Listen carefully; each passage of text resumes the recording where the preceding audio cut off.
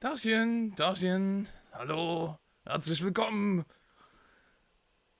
Bonne nuit, nee, warte, falsche Uhrzeit. Konnichiwa und hallo. Herzlich willkommen bei The German Guy. Willkommen zum Stream. Mein Name ist Leo und ich bin mir gerade direkt vor dem Start dieses Streams mit meinem Bürostuhl über meinen Zeh gerollt. Das bedeutet, ich habe starke Schmerzen. Nein, ich habe leichte Schmerzen. Aber ich habe Schmerzen. Und das ist das Wichtige. Das ist, worauf es ankommt. Hallo und schön, dass ihr da seid. Ein paar Leute sind schon eingetroffen. Schrottler, Narogard und Michelangelo. Hi. Wie bereits vorher auf Twitter angekündigt, ich wollte heute eigentlich, gemäß den Vorschlägen, die ihr beim letzten Mal gemacht habt, wollte ich heute eigentlich Tex Murphy streamen. Genauer gesagt Tex Murphy Overseer. Ähm, Das Problem daran ist, dieses Spiel hat ein, ein Problem und offenbar eins, das nicht nur bei mir ist. Irgendwie auf modernen Systemen, selbst, also ich habe die Good Old Games, die GOG-Version, und selbst auf modernen Systemen, oder gerade auf modernen Systemen, selbst die GOG-Version, äh, hat Probleme zu starten. Es ist nicht mal so, dass ich starten kann, aber nicht streamen, sondern wenn ich starte, dann startet der Prozess, aber das Spiel startet nicht. Und ich müsste jetzt gucken, ob ich irgendwo online Fixes dafür finde und so. Und was soll's. Im schlimmsten Fall sind es 10 Euro ins Klo. Das ist halt. Ich habe nicht beliebig viel Geld, aber das könnte ich gerade noch so verkraften. Deswegen bin ich heute spontan umgestiegen auf NORCO, wie ihr vielleicht an der Streambeschreibung sehen könnt. NORCO, ein sehr interessantes, narrativ getriebenes Spiel, das mir schon oft empfohlen wurde, unter anderem von Robin Schweiger, aber auch schon von ein paar anderen Leuten. Und das, wenn Leute darüber reden, jemand muss Leo all diese Tomatenspiele geben. Äh, wenn Leute darüber reden, ähm, ist einer der ersten Vergleiche, die sie immer ziehen, Disco Elysium. Also irgendwie ist es was erzählerisches, prosaisches, wahrscheinlich mit sehr viel Text. Und da ich nicht weiß, ob das Spiel eine Sprachausgabe hat, könnte es halt auch sein, dass ich da sehr viel lesen muss, sehr viel vortragen muss, aber das ist okay, das mache ich manchmal ganz gerne. Das, ja, und es hat eine sehr coole eigene Ästhetik. Und ja, da bin ich mal gespannt. Und bei Tex Murphy bleibe ich am Ball, ob ich das irgendwie zum Laufen kriege. Dann können wir theoretisch das spielen, weil wenn wir Spaß an Tex Murphy haben, falls wir Spaß an Tex Murphy haben, dann wäre das ziemlich ergiebig, weil da gäbe es halt Overseer, Anne, Killing Moon, Pandora Directive und Tesla-Effekt, 4 Spiele, die durchaus Spaß machen können. Aber heute erstmal Norco. Und Norco auch nur, weil Dragon's Dogma 2 noch nicht da ist. Ähm, okay, wenn ich das so sage, dann schürt das vielleicht falsche Erwartungen. Wenn Dragon's Dogma 2 rauskommt, falls Dragon's Dogma 2 rauskommt, werde ich es wahrscheinlich erstmal für mich spielen. es ist, it's mine. It's mine! Also, mal gucken. Tomato 1 und 2 kosten auf Steam zusammen nur 1 Franken und 80 Rappen. Das ist, ich weiß, zufälligerweise, also beziehungsweise ich weiß es nicht, ich weiß die Europreise, aber die sind momentan sehr, sehr stark reduziert. Das eine kostet irgendwie 74 Cent und das andere 65 Cent auf Steam momentan. Das weiß ich zufälligerweise, weil ich mich gestern Abend mit Muffin, der mir Teil 3 von dieser Reihe gegiftet hat, ähm, nachgeguckt habe. Und ja, weird. Noch weirder ist tatsächlich der zweite Teil. Also der zweite Teil ist ein Third-Person-Shooter, in dem man nicht die Tomate spielt, sondern die Zwiebel. Den Meister Zwiebel. Und ich kann nicht fassen, was ich gerade sage. Kennt ihr das manchmal, wenn so ein Satz aus eurem Mund kommt und ihr fragt euch, welche Abzweigungen in meinem Leben musste ich machen, um bei diesem Satz zu landen? In Teil 2 dieser Reihe spielt man nicht die Tomate, sondern die Zwiebel.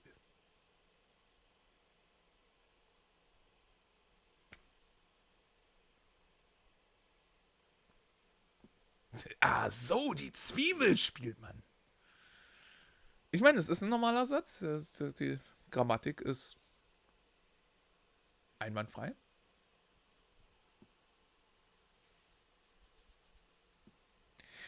Es ist eine seltsame Zeit, in der wir leben. Ich kann ja vielleicht auch schon mal sagen, also in den nächsten, an den nächsten 2 Wochenenden, weiß ich noch nicht ganz, wie es mit den Streams läuft. Also ich glaube, nächstes Wochenende machen wir einen. Aber das Wochenende danach, also was gerade in greifbarer Nähe rückt, ist der Diablo 4 Release. Und ich bin an einem, ich glaube am übernächsten Wochenende, bin ich sozusagen mit Freunden verabredet, dass wir unseren ersten gemeinsamen Run durch Diablo 4 machen. Und da die zeitlich auch ein bisschen eingebunden sind und so, wird es dann höchstwahrscheinlich an dem Sonntag keinen Stream geben. Aber das werden wir mal sehen. Gut, dann wollen wir doch mal NORCO starten und gucken, was da auf uns zukommt. Ich bin sehr gespannt. Ich weiß auch nicht, ob es die beste Idee ist, dieses Spiel zum ersten Mal zu erleben in der Umgebung eines Streams. Aber tough today. Wir haben uns so entschieden. Und deswegen machen wir das so.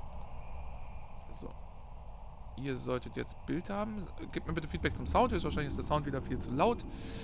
Aber das werden wir gleich feststellen.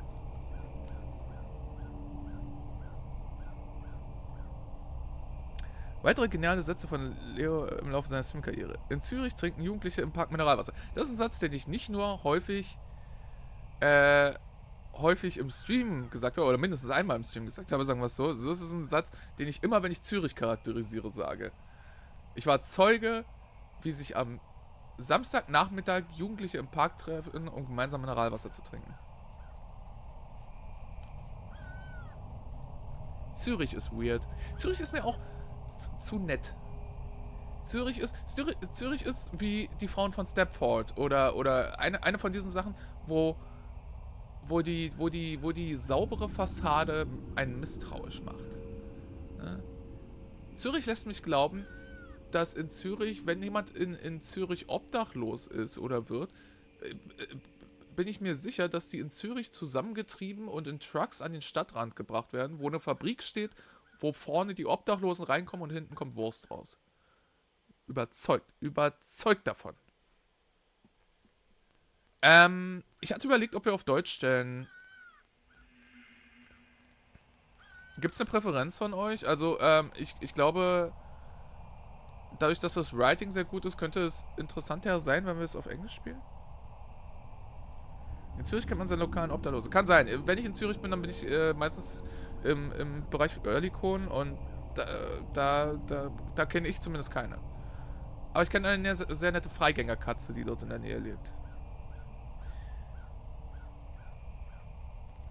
Wir starten einfach mal.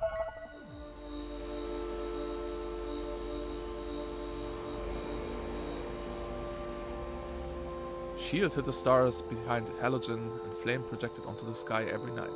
Muss ich weiterklicken? Sieht so aus, ja. There was no such thing as silence. The noise never went away. The refinery exhaled an endless sigh. I could never sleep, it was so loud. I still can't sleep without that sound. Das hier ist etwas, dem ich mich sehr verbunden fühle. Ich bin groß geworden an einer Zufahrtsstraße zum Krankenhaus. Eine vierspurige Straße hier in Berlin, die relativ groß ist. Und nicht nur die Verkehrsgeräusche, sondern auch die sporadischen Krankenwagen-Sirenen. So sind eine Sache, die, als ich von dort weggezogen bin, die mir eine ganze Weile gefehlt haben. Die gehörten für mich zum Nachtambiente. Mann, die Ästhetik ist wirklich schön. You often dreamed that the towers were cathedrals. The swarms listened when you spoke. The birds became radiant spheres while circling NORCO's sky.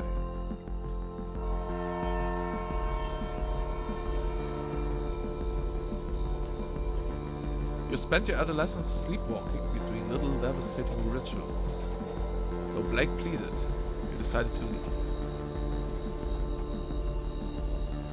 I knew you'd get over it, I didn't care.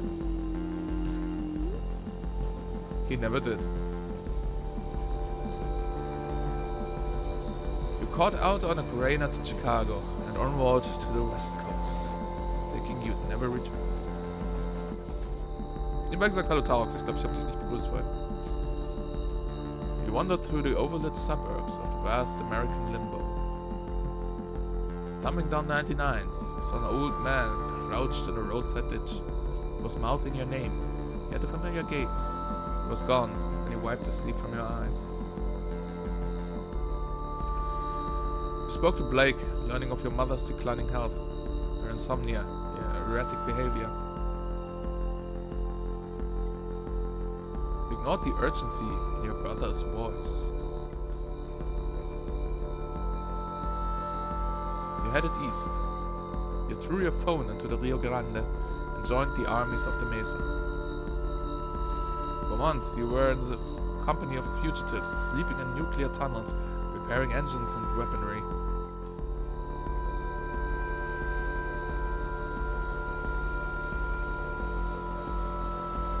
The war was a meme that set Albuquerque on fire.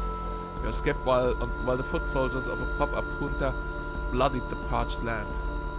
While hiding in a freightliner, I prayed, I slept, I forget.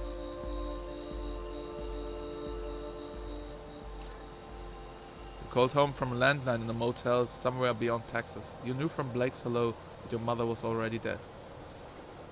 You hung up, shouldered your bag, returned to the highway.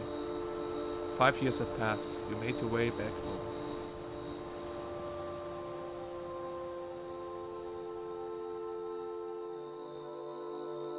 Lowland Ghosts.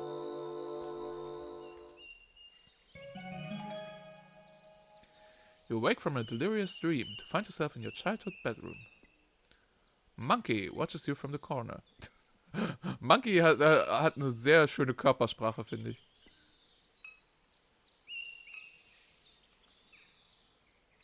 You assume Million has been keeping the plants alive. Ich wollte eigentlich auf das Glas Wasser klicken, aber okay. A flyer from a show your friend put on a few weeks before you left town. A fight broke out while one of the opening bands played. I got whipped in the face with a bike chain. You still have a scar above your left eye. After the show, you and Blake walked the river back to NORCO. You watched the sun rise over the grain elevators.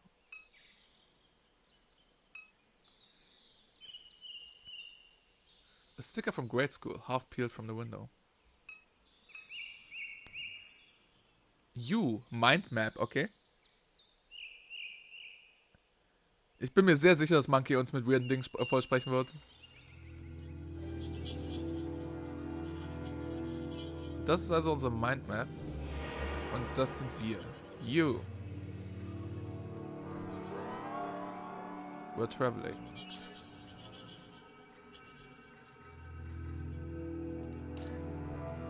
Down the Pacific coast. We were in California when the summer arrived.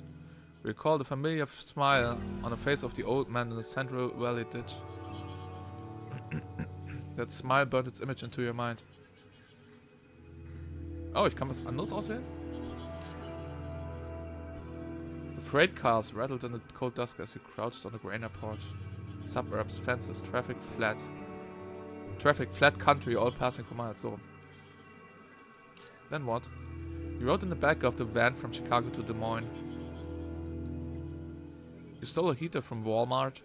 Oh, einfach Walmart genamedroppt, anstatt irgendwas ähnliches zu nehmen. And brought it to the poorly attended house show. In Des Moines to Kansas City to Denver. Your friends went south and you were glad to be alone.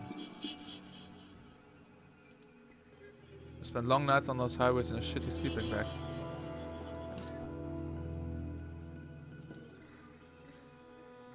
You are home again. Because your brother needs you. Because your mom died. Okay. Das ist Blake, unser Bruder. Das ist Catherine, unsere Mutter. Sind das hier sozusagen Platzhalter, bis ich das Aussehen der Charaktere weiß? Oder... Your mom died. The cancer metastasized. It was in her liver, then her lungs. Then it was in her brain. She was on chemo, never finished her third course. At the hospice on Jefferson Highway, Black said the traffic shook the building. He left before she drew her last breath. Alone with the morphine drip and the rattling glass, that's how Catherine died.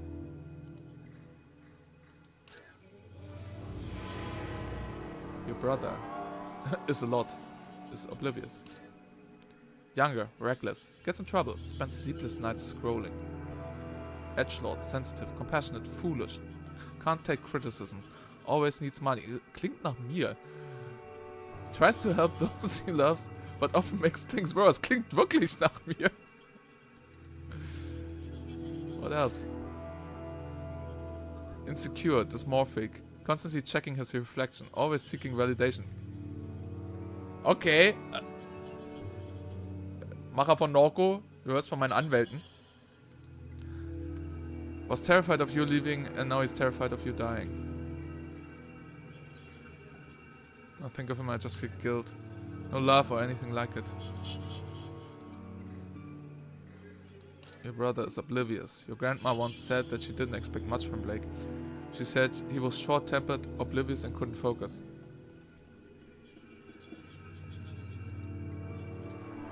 Blake was sitting in a chair across from her, staring down at a tablet. After she left the room, you asked him how he felt. I feel fine, he said. Why? Because of what Grant said, you responded. You looked confused. What did she say?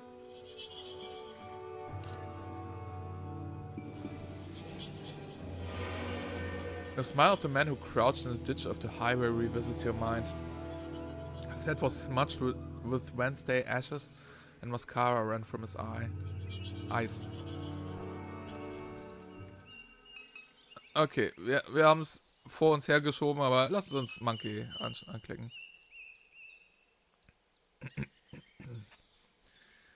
Well, that's terrifying.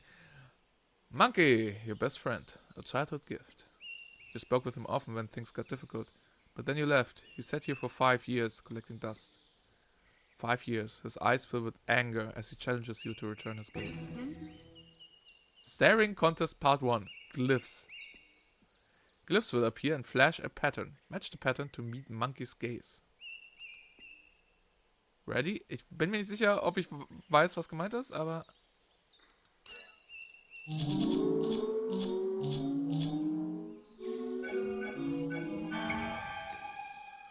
You successfully meet Monkey's gaze with a cool assurance. However, his expression is unchanged. You stare more intensely. Same contest part 2. Rings. Circles will appear over Monkey's eyes. An outer ring will shrink to the perimeter of the circle. Click the circle when the outer ring locks into place.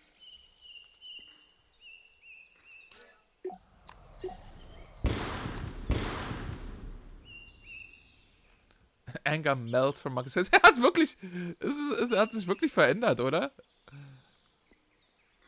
Take Monkey. You drape Monkey over your shoulder.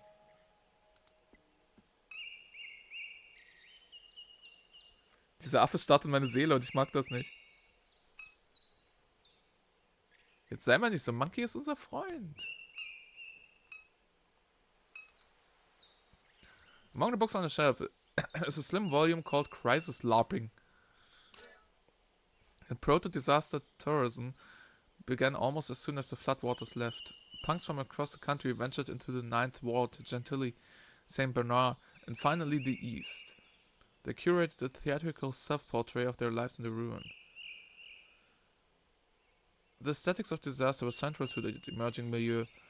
It began to percolate into popular culture. Collapse became the zeitgeist. Wise investors recuperated the experience of disaster. New Orleans became a plastic dystopia, a marketplace for crisis.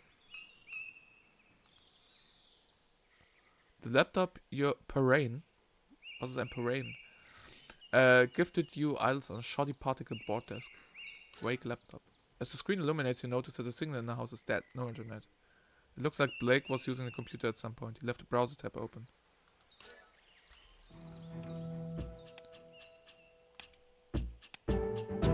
Okay, das ist ein 4chan-Board. Ah! Das ist, Leider ist das Mausrad an meiner Maus ein bisschen kaputt, deswegen ist Scrollen ein bisschen anstrengend, aber ich schätze... Okay, ich kann auch mit den Pfeiltasten scrollen, das macht es ein bisschen angenehmer. Modbot. Archived all... SCP Anglers. SCP? As in SCP Foundation. Osexular. Anybody still post here? No, place is a wasteland. Want to run something by you? Just was knocking out a sack alley. In the spillway, saw a big round glowing thing in the sky. Call that the sun OP. Funny. Talk to someone else. Seen it too near the parish now. Nothing like this, but birds in the swamps be acting weird. Looked like it was made of glass maybe. Would glow real bright, then not at all. Move fast. Best pick I could get. All kinds of shit been happening out that way. Get some sleep OP. Need cash fast until Quack Job. Okay. Well, the fuck kind of name is Quack Job? Just like the name sounds, full of lunatics. Apps a way of getting you to join a cult. Worse than that gang in the promenade. Can't trade that coin on any exchanges. Everyone knows it's a Ponzi scheme. See this exact same thing, OP. Still there, seen at the base of the Aposuction.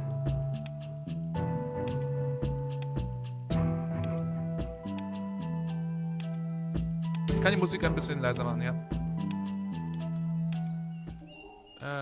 Also, ich hoffe, es kann. Oh, CRT-Filter. Wollt ihr, dass ich mit CRT-Filter spiele? Audio Settings. Okay, bitte sag mir, wenn ich noch was ändern soll.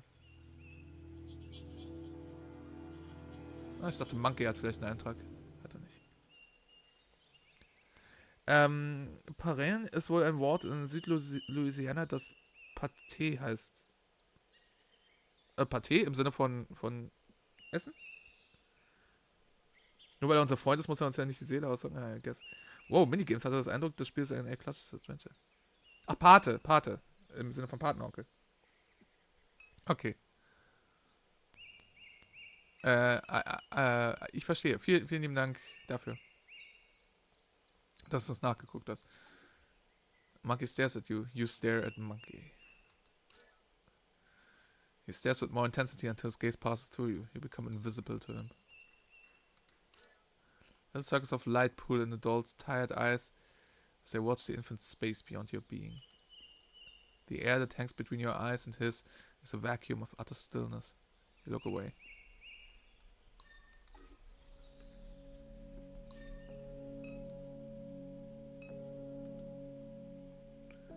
Memories of sleepless nights.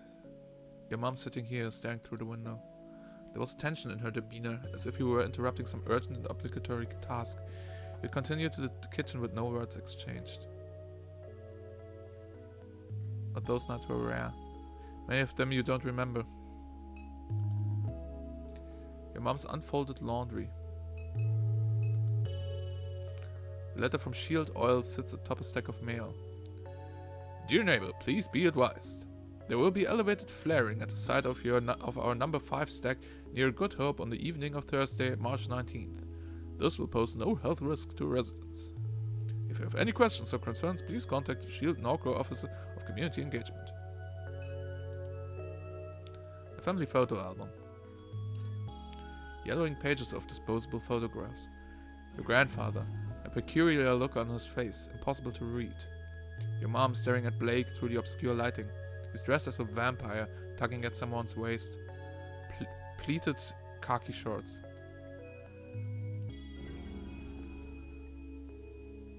A photo labeled Duck. Scene of a barbecue on the lakefront. The man at the center points playfully at the camera. His face is obscured. Turn the page, and there's Blue. Your father, though you've never thought of him that way. An easy smile on his face, a canister of dip shoved into his front pocket.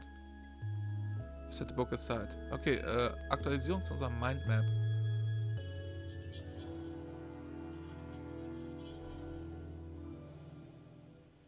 Okay. Your grandfather, Peter Pops Pierre Melanchon.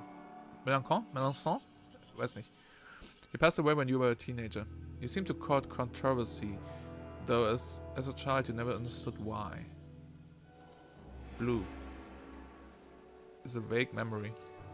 You don't remember Blue, only the things he left behind. Photographs, cologne, tools, the name that your mother kept. Even the pictures that have survived are too faded to make out.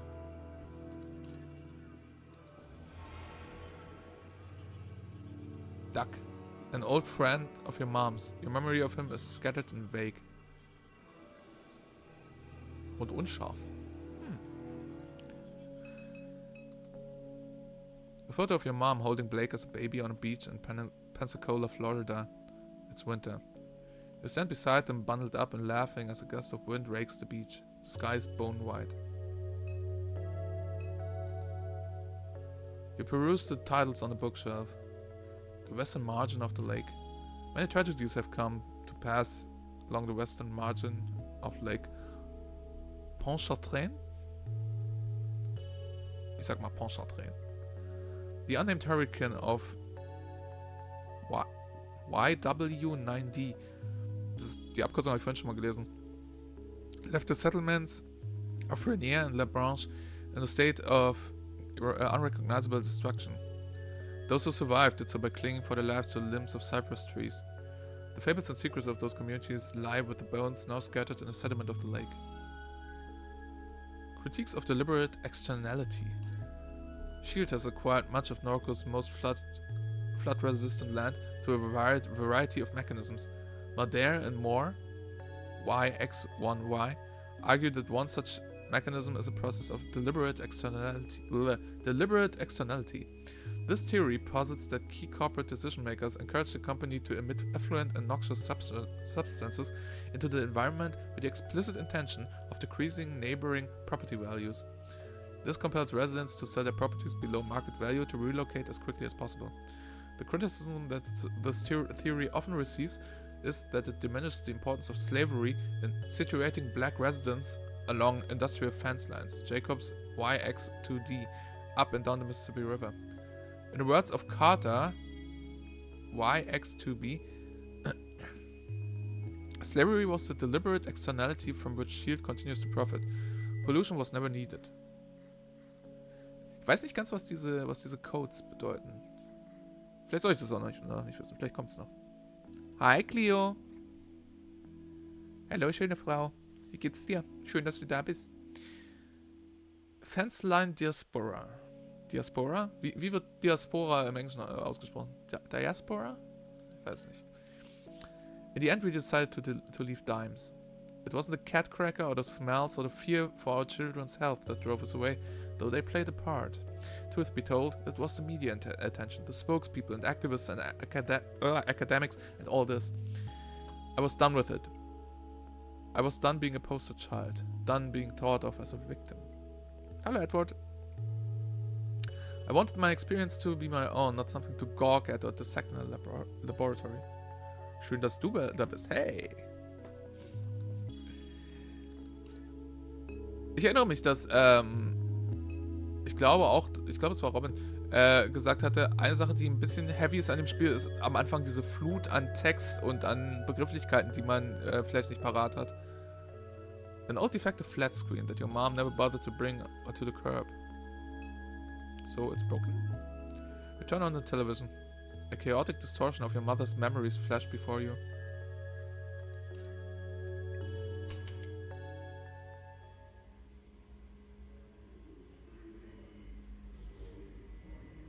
Das ist einfach das Ring-Video. Es loopt einfach, ne?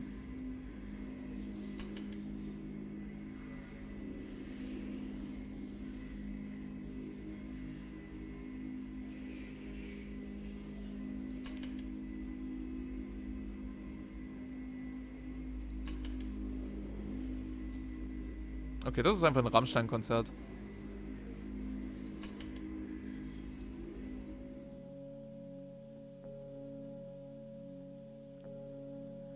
Alles gut, same. Freue mich, das Spiel zu sehen. Ja, dein Glück, dass Tex Murphy nicht läuft.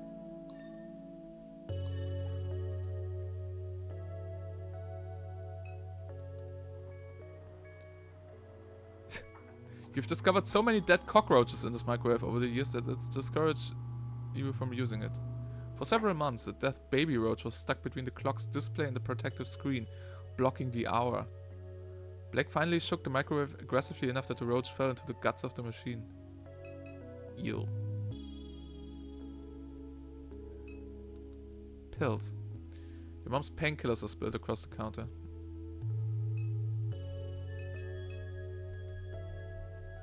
You were always frightened by the laundry room.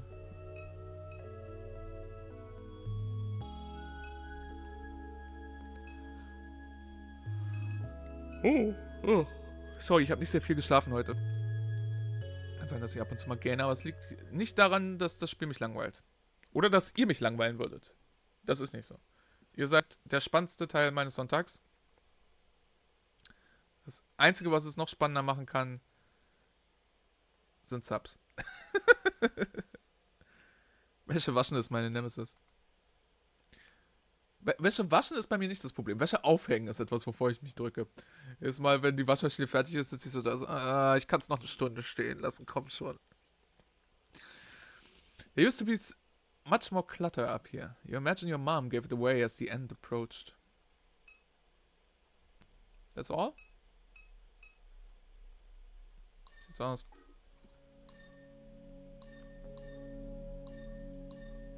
Ja, man kann hier in den Hinterhof. Who are you? Million. Pry bar. Steel pry bar lies on the ground. Motorcycle. An old disused motorcycle with extensive rust and wear. Ich mag die Atmosphäre von dem Spiel total. Crabnet. Disintegrated crabnet. Blue taught your mom how to make these, and your mom taught you. In the summers, you'd bike to the suction before sunrise, tie chicken next to a net, submerge it, and nurse your coffee while waiting for a bite.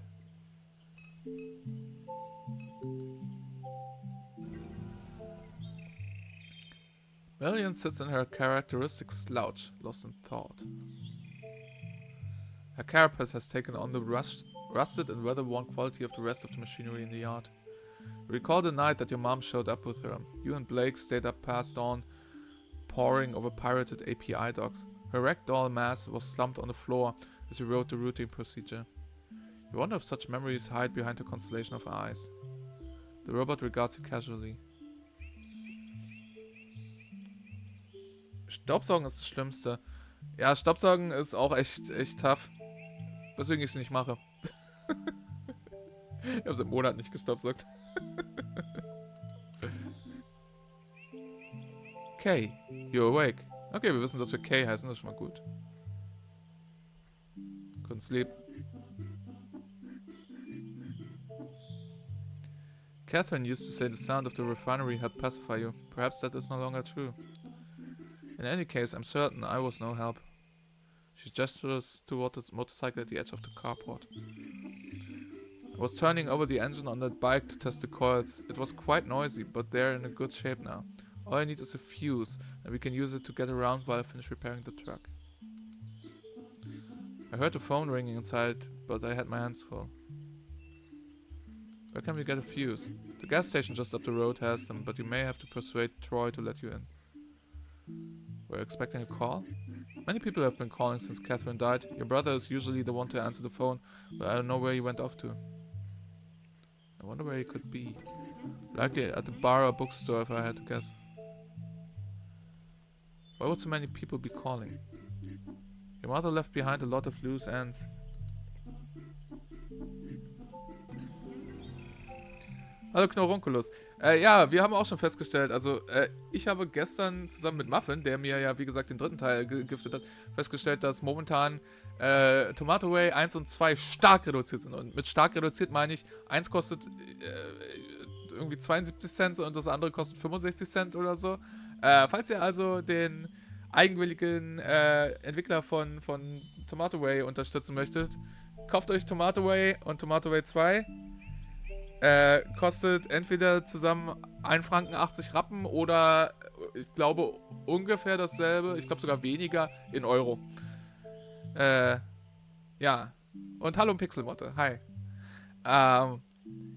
Seid aber gewarnt, also das zweite Spiel zumindest ist ein sehr, sehr anderes Spiel. Nicht nur spielt man nicht die Tomate, es ist auch ein Third-Person-Shooter. Und erneut, ich kann nicht fassen, dass ich diese Sätze sage. 2,36 €? Das kann aber nicht sein. Beide waren unter 1 Euro, als wir gestern geguckt haben.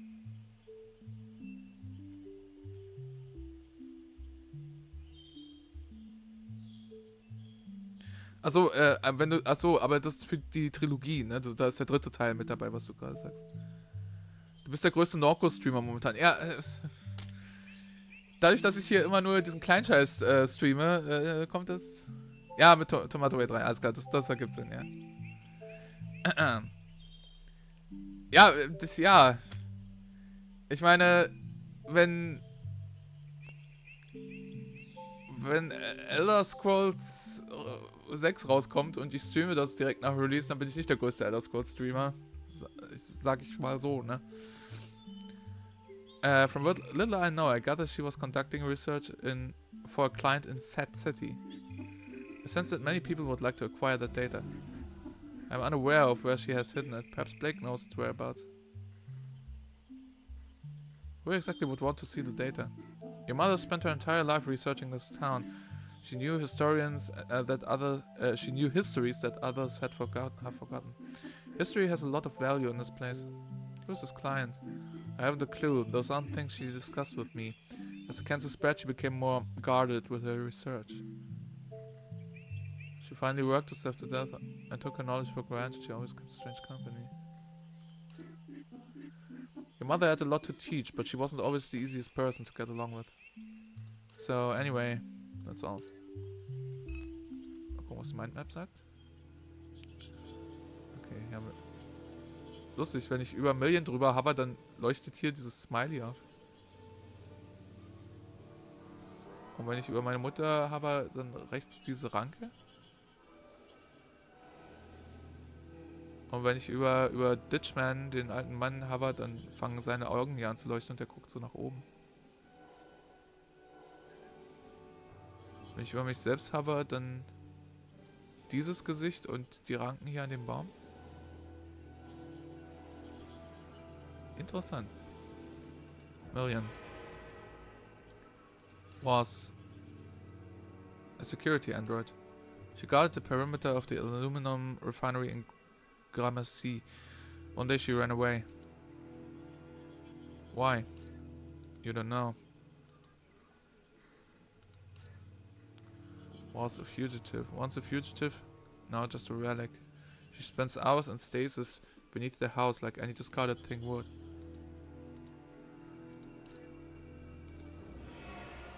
Your mom was conducting research. For who? For whom? Meine Süßen. For client in Fat City. Client. Your mom was conducting research for a client in Fat City. That's all you know. Okay. Läuft bei euch auch Pfingstfeier?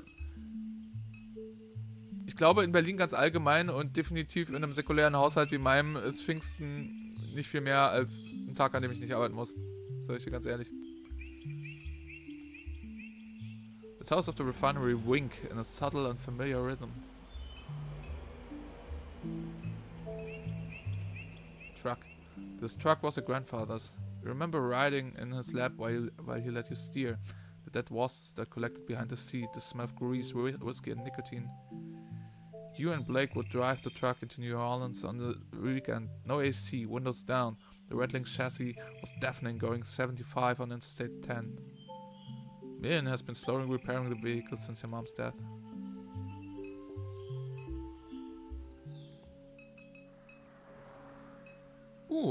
Es sind zwei äquivalent wichtige Figuren. Die Jungfrau Maria und eine Katze. Your mom fed the neighborhood strays. They must be hungry since she passed. Your grandfather's statue of the Virgin Mary sits in the shadows along the crawl space of the house.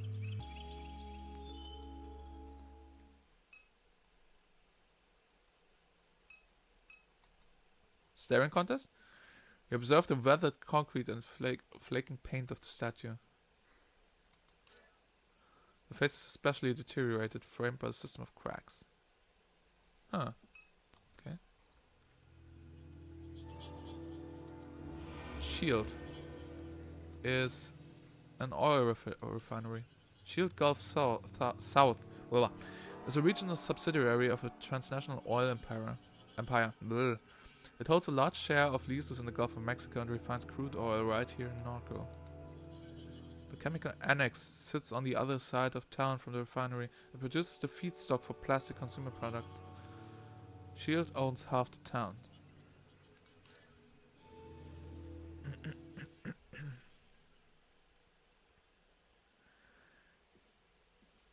Sehr witzig fand ich halt, dass der Rabatt wirklich einen Tag nach deinem Stream startete. Das war deine Influencer-Power und der Entwickler witterte eine Chance.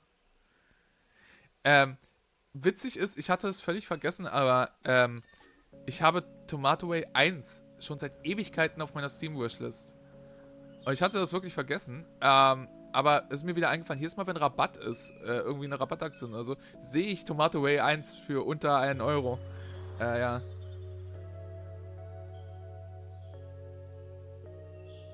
Ich denke mal nicht, dass die Leute hier aus religiösen Gründen 3 Tage am Stück saufen und immer die gleichen Ballermann-Lieder hören. Ist eine faire Annahme, aber auf der anderen Seite, wer weiß. Ich weiß nicht, wie religiöse Leute ticken. Vielleicht doch. Ich wohne neben einem Sportplatz.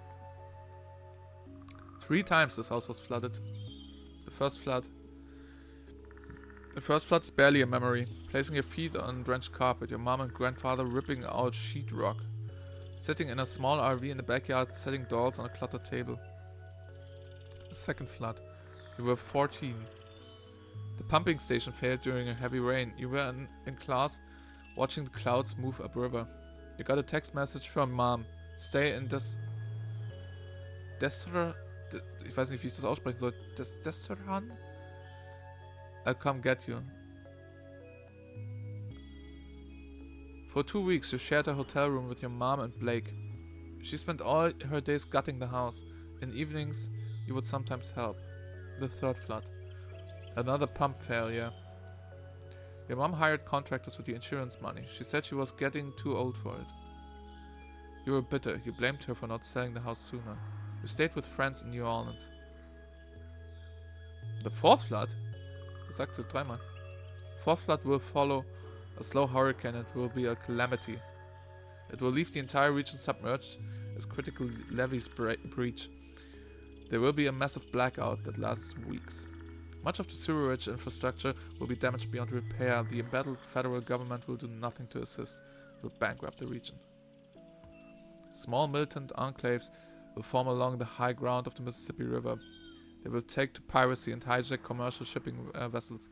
Private mercenary forces will retaliate in kind. Slowly, industry will flee this hot zone.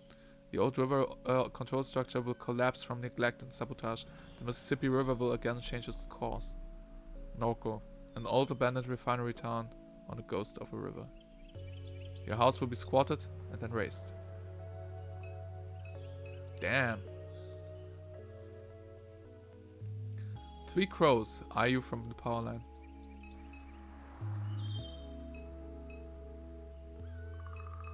Ich finde es sehr, sehr cool geschrieben.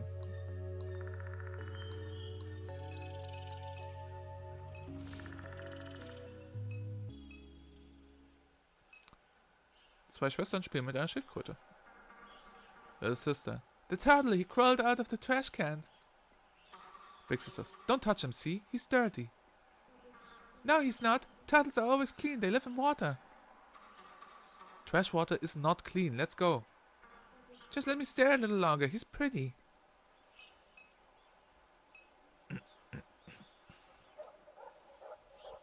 The snowball stand is closed for the winter. Pardue Private Investigators. We snoop for you. Irgendwo bellte ein Hund. Damn, all die abgedrehten Skills von Disco auf 20.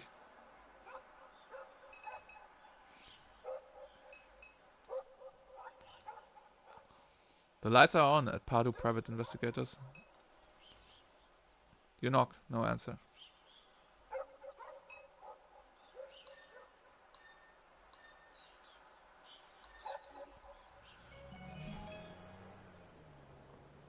Was war das für ein Geräusch? Als ob ich eine SMS bekommen hätte oder so.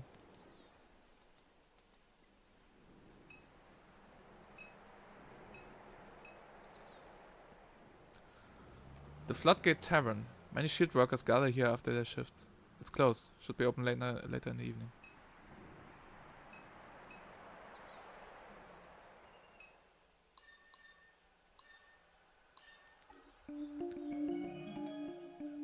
Aber es ist immer, wenn was zur Map hinzugefügt wird, ja? Freight Loader. The freight loader is being repaired in the Badger Woods over the levee. Film set. A film crew is set up along a river road. Several floodlights illuminate the gruesome murder scene. Two men stand pensively above a corpse. As we near the set, a small, energetic man jumps from his chair. Attention, dumbass! Can't you see we're trying to shoot here? What are you filming? It's a detective drama called None of Your Goddamn Business. Any other questions? Sounds cool. So is this like a murder scene? Give it up and it's going to be. Hey. You know what? Wait a second. You're from around here? Yeah. You could use some cultural expertise, you might say. We're filming a Bayou cop drama and all these knuckleheads are from LA. An actor on set turns towards the director. I told you, Kevin, I'm from Texas. Oh, that's right, Noah, I forgot. Your Harvard-educated daddy bought a boutique ranch outside Austin. But that don't make you a cowboy, hoss. Now hush up before you scare off the yokel. The director returns his attention to you with a mild look of disgust. Help us out, will you? The script needs some work. What do you say? Fine. Great. Hey Noah, get over here so you can learn something from the stupid redneck. The actor smolders. He whispers under his breath. I'm a redneck. Fine, Noah, you're a redneck, a real salt of the earth kind of guy. But as luck would have it, we came across an even dumpier hayseed than you, okay? So just take a knee. Alright, anyway, we need some good slang. What do you call a villain, a bad apple, a lowlife?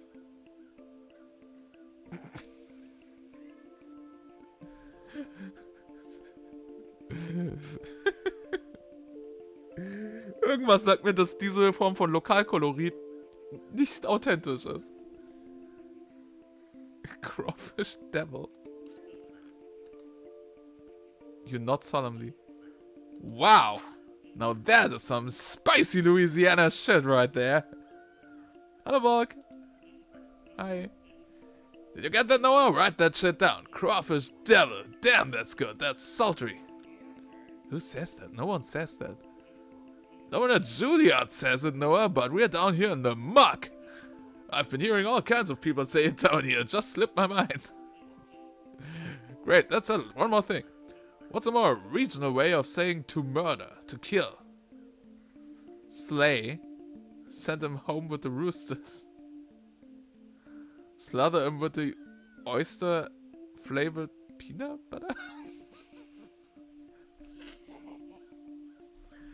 Slather him with the oyster-flavored peanut butter. Das muss ich nehmen, das ist zu dumm. Oyster-flavored peanut butter? You maintain severe eye contact. Jesus, that's vile. That's repulsive, just like this fucking place. I absolutely love it. Noah! Yes. Slather him with the oyster-flavored peanut butter. Got it? Yeah. Well, I'm satisfied. The crawfish devil slathered up another bastard with the oyster-flavored peanut butter. Sends a shiver down my spine. I seriously have to repeat this? This is how real people speak, Noah.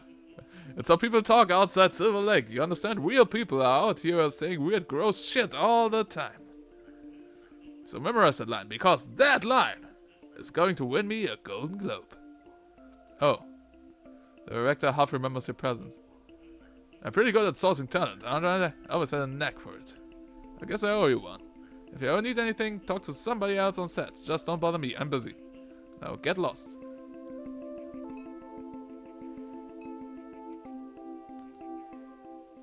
So many evenings spent watching traffic pass by this gas station. Little has changed. The neighboring business still sits abandoned. The surrounding streets are quiet and empty. Well, well, well. Look who's back. What happened? Carnival forget you beside the road? I even brought you a little doll. That's good.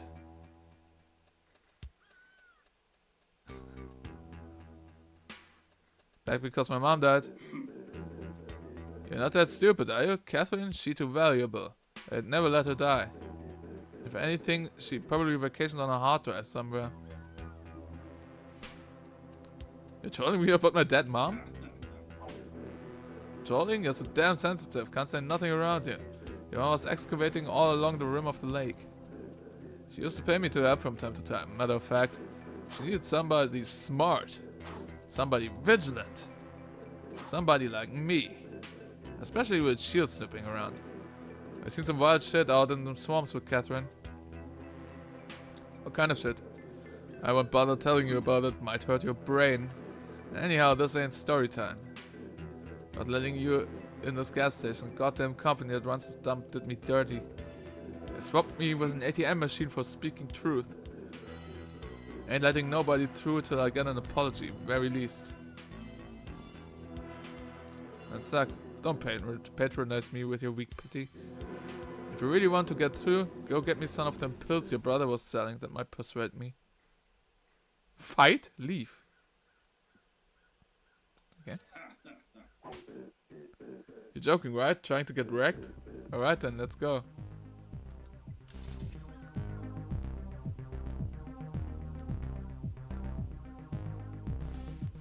Okay, entweder wir oder Monkey.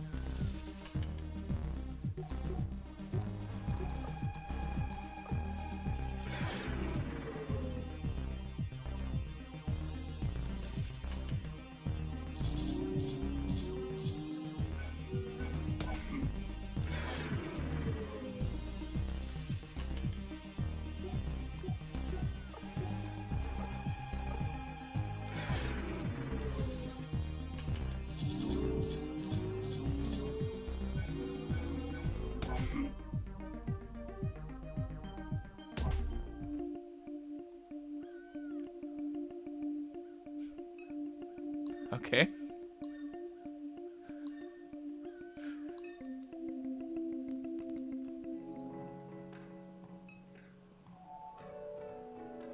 Da liegt er. Fucking weird.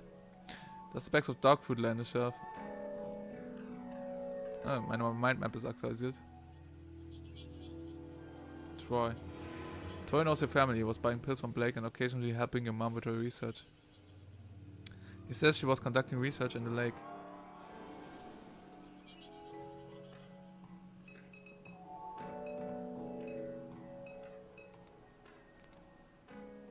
Fuses hang on a shelf. The disembodied illuminated head of the kiosk levitates silently in the browser tab.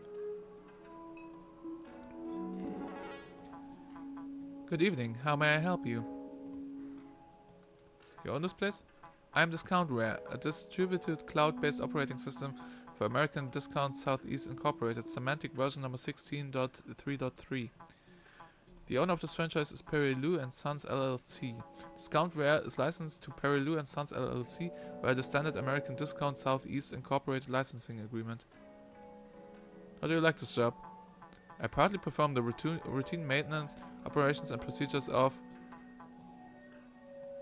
227 American Discount Southeast Incorporated franchise locations across the Southeast region.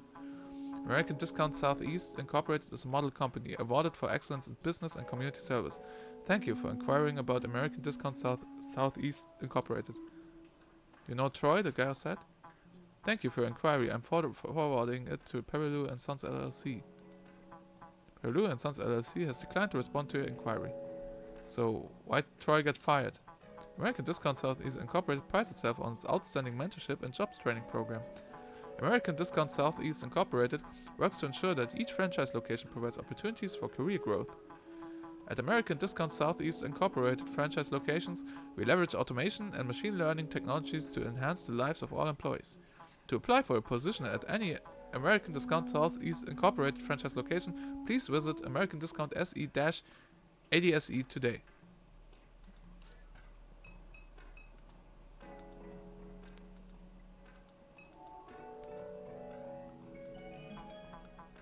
I detected you have merchandise in your possession. You must remove any unpurchased items from your backpack and scan them in order to exit the store. To use an item in your inventory, drag the item from the inventory menu to the intended target.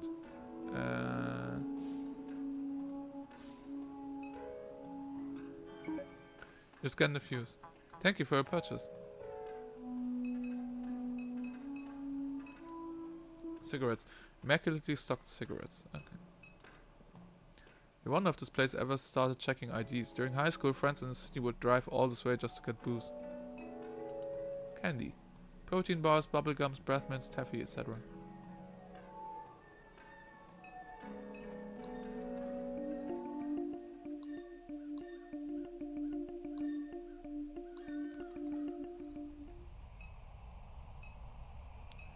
Das ist eine sehr ominöse Szene irgendwie.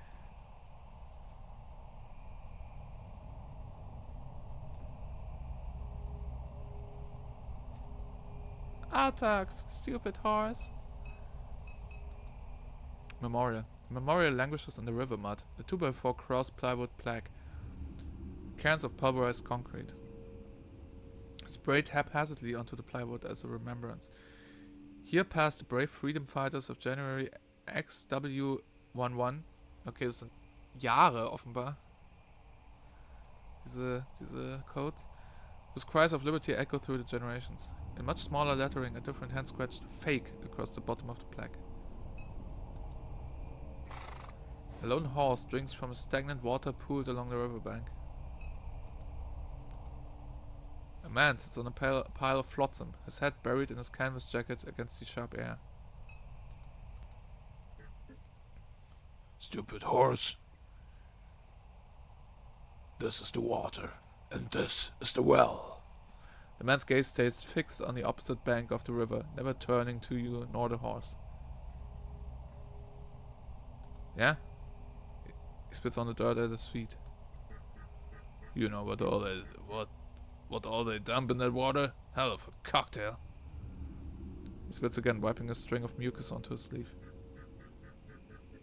What are you out here for anyway? Ain't you heard they got a criminal on the loose?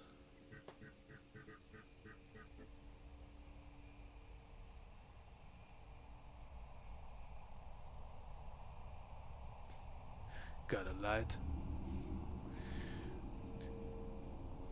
Bringing the law around here and make things harder for the rest of us. Best be sharp, young one.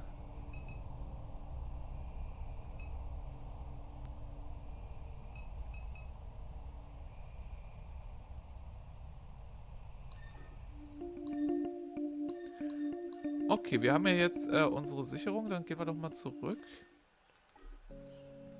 Und geben die Million.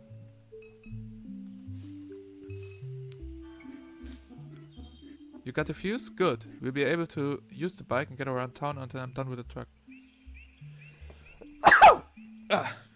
Sorry.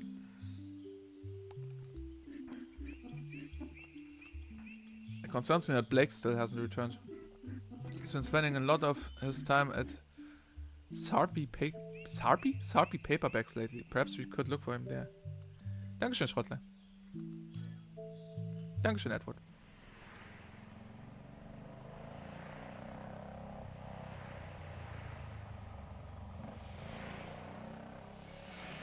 The sky bleeds a color you knew as a child. The airline highway passes beneath your feet. Million has joined your party. Interact with party members by clicking their portraits in his party menu. If you're stuck, they may be able to help. Million shouts over the wind. The bike runs much better now. You can use it to get around during your visit. Where could Blake be? He spends much of his time at Sarpy Paperbacks. Perhaps we should check there. How's Blake been? The year that you left, Blake became uncontrollable. His behavior troubled Catherine deeply. He was beginning to remind her of your grandfather. After he was expelled from, not pronouncing that again, he began running drugs into the parish. He made himself many enemies. He put those things behind him after her illness, but now that she's gone, I'm uncertain what to expect. This place can ruin people. I won't apologize for leaving. No one is asking you, Kay. Where have you been? I'm always the same, Kay. Always the same. Is it bad or good? Whichever you prefer. Fair enough. What's it been like around town? Shield has been expanding since you left. Catherine took your grandfather's boat into the lake to investigate reports of construction in the swamps along the shoreline. She assumed it to be unpermitted shield activity. She was unable to find any evidence of it. However, it was clear that she found something during that investigation. What was it? I don't know. Perhaps you do?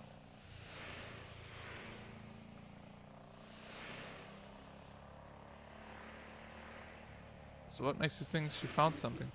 I've known Catherine for a long time. Her behavior changed. In any event, something drew her to the lake in the months before her death.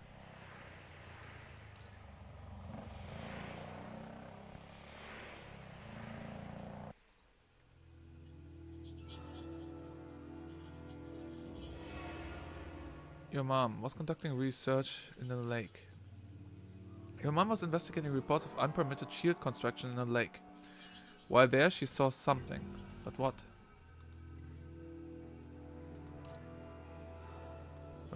Reports of construction. Your mom was investigating reports of construction in the lake. She found no evidence of it, nor who might be behind it. Something in the lake. Your mom saw something in the lake.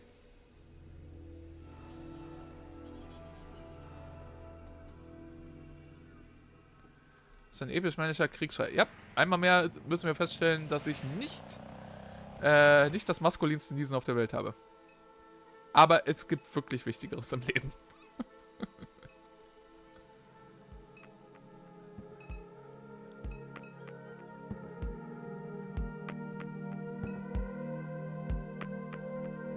Das ist auch ein sehr guter Soundtrack. Two teens nod and gesture excitedly while bouncing between topics.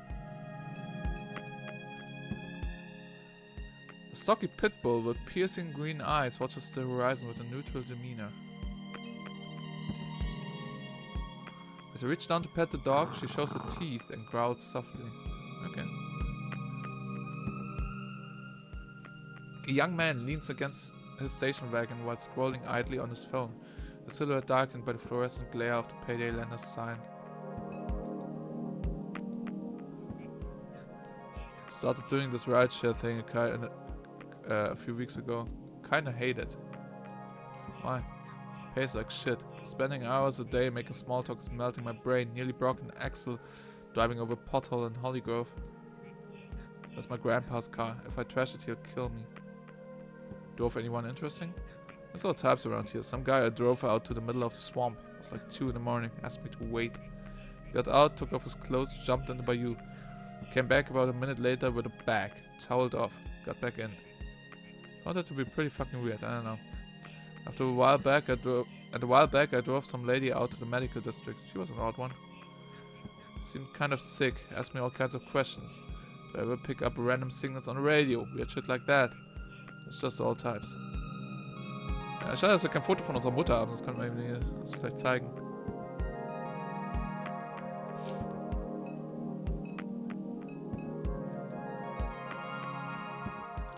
Your mom used to come here to dig through the stacks. Among the heaps of used romance novels and westerns, she always managed to find some occult artifact. The owner is also the landlord. You imagine that's the only way he manages to keep a place like this running. Over the years, they've experimented with other revenue-generating schemes. For a while, you could get your phone repaired here. Then they tried selling vape cartridges. Then Kratom, weiß nicht was das ist. Then anime wall scrolls. LSU yard ornaments after that. You remember seeing online that they were trying to do some kind of acupuncture thing. In the end, the schemes always fail and only the paperbacks remain. Hallo, probably yes. Ja, es sieht super cool aus. Es ist, was mir auch schon gesagt wurde, als es mir empfohlen wurde, es ist ein bisschen, wie man auf Englisch sagen würde, frontloaded mit Informationen. Also du hast am Anfang sehr viel Info über die Welt und musst die erstmal kennenlernen und so, aber this is one of Blake's regular haunts. If Erica is working tonight, she might be able to help.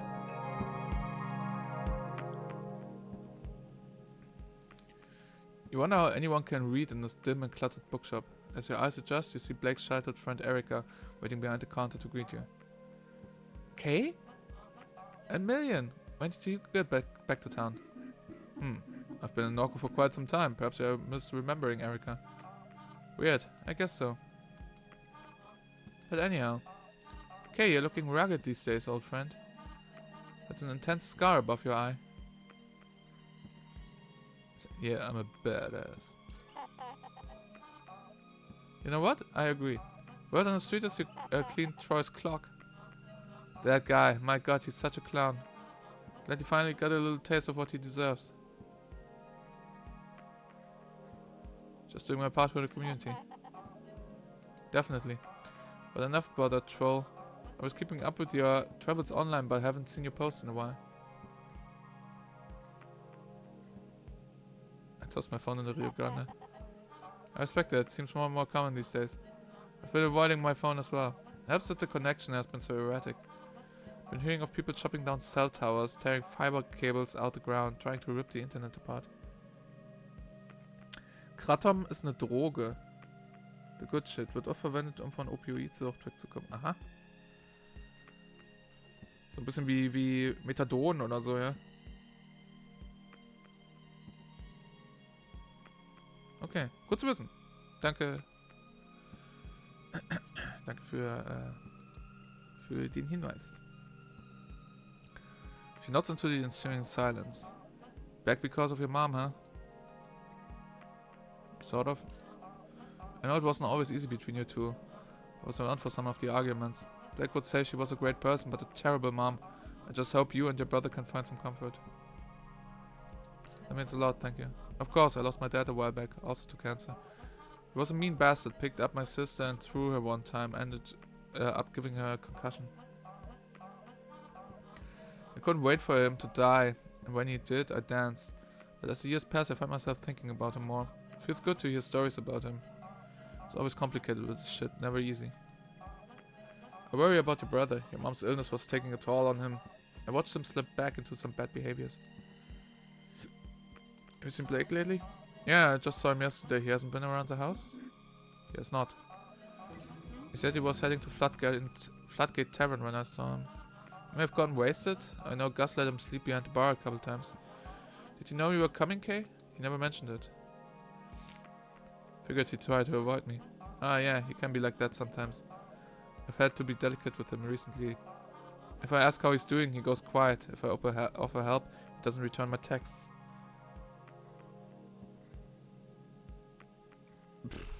Ciao. If I hear from him, I'll tell him to find you. Croton! Oh, Croton ist ein wundervoller Katzenname. So this here is the illustrious Croton. We found him behind the dumpster out back licking cardboard. Whatever you do, don't try to pet him. He's a devil. I've got scars all over my hands from this damn cat.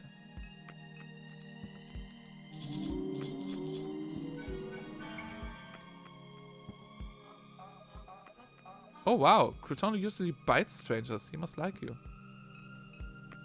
Warum ist hier der Counter hochgegangen?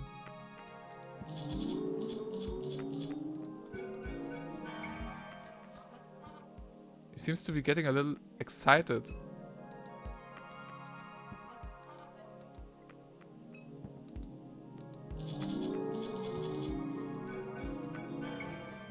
Wow, I've never seen a cat purr this hard. Maybe you two should slow down? Ja, vielleicht. Aber, auf der anderen Seite will ich auch wissen, was passiert.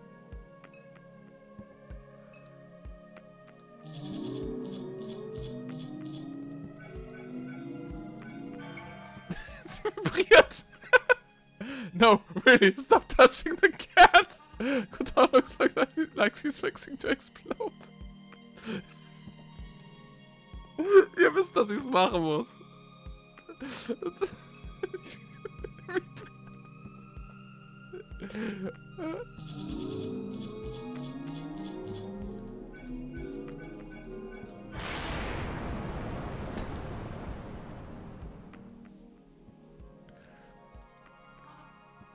What the fuck just happened to the cat?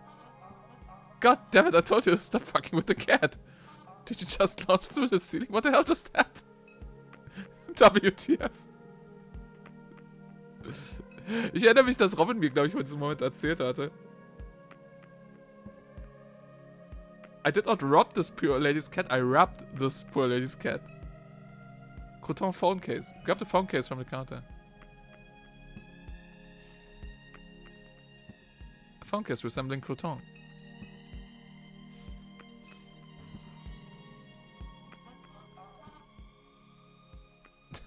Kay, I love you. I know you're going through a hard time, but I'm a little pissed you launched the cat through the ceiling. Just give me some space, okay? What is happening?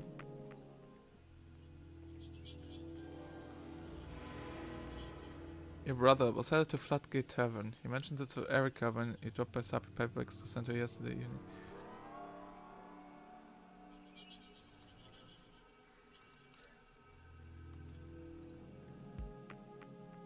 Hallo Aaron. Es steht hier nicht mehr WTF, jetzt steht hier 005. Still not over the Croton thing, in case you're wondering.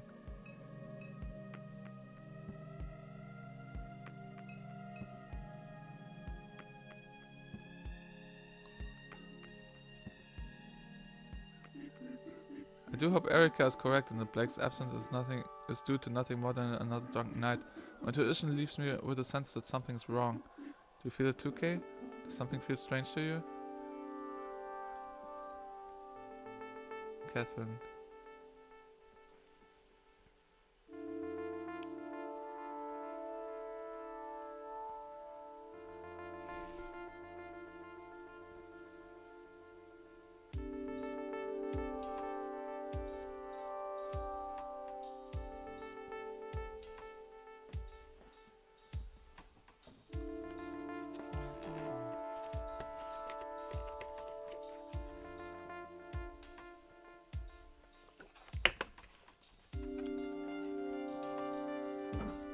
Okay, spielen wir jetzt unsere eigene Mutter vor ein paar Wochen? Das ist interessant.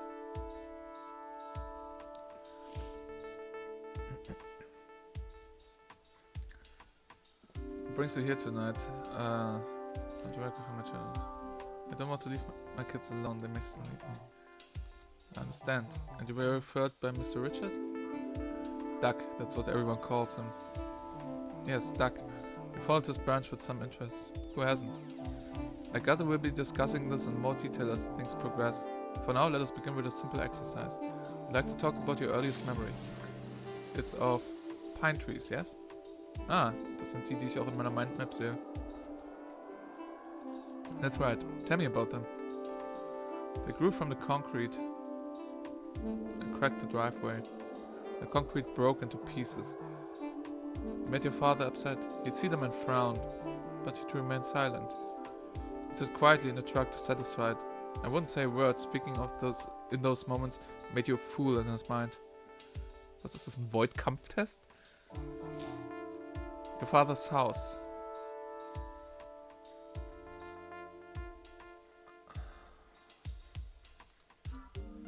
I wish I could have stayed, but you wouldn't have it. And that's why I married Blue. Yes, to have somewhere to go. About our little place on Good Hope Street, the whole thing was a mistake. When I told him I didn't love him, it wasn't my father's voice. I told him I never loved any man. Was it true? It was a difficult night for you. It didn't feel real. Where was Blue? He sat at the window all night. The east-facing window? Yes. I stood over him to apologize. You saw the flare stack of the refinery in his eyes.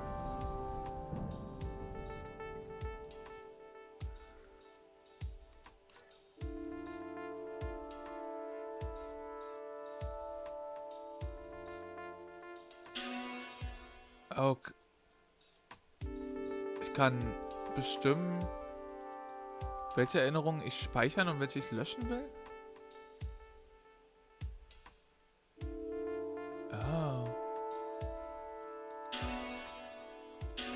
sehe ehrlich gesagt keinen Grund, hier was zu löschen. How was it after that, in the time before he died? We circled each other in a wide orbit. I'd hide at the center of the house nursing Kay and only leave when I heard him step out. He'd sleep on the couch or next to her crib. He'd sing her old Cajun lullabies, pet her head, whisper to her about his life. And then there was the explosion. When the cat cracker blew, they say he fell 5 stories. We went to identify his body on a Thursday night. I remember the tempo of the streetlights, the police scattered around across the East Bank. I carried Kay in a blanket. She never cried.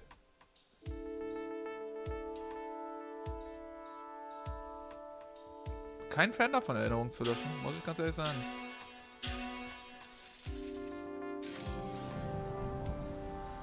Tell me about this man. I would see him from time to time around NORCO. This was many years back. Several weeks ago, Blake saw someone passing by the house. I think it was him. Why? I just do. The robot is no longer there to deter him. Million? Yes. Could be it. What was your first encounter with Million? Let me think. She came to me in the parking lot. Kay was about 12 years old at the time. She knew Blue from his day at the aluminum refinery. I stared for a long time into her constellation of eyes. They swirled in a kind of desperation. I took her home, knowing it was another mistake. We were reckless in those days. I welcomed any trouble I could find.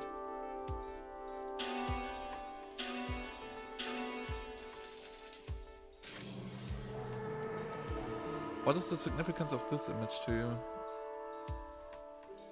It's... well, I don't know, that's what I'm trying to find out. It is a sphere. It followed me in the lake. When? Recently, a few weeks ago. This is where Mr. Richards' branch factors into your biography. Duck's version escaped. A hard fork, an extremely rare incident. And grew into some kind of monster.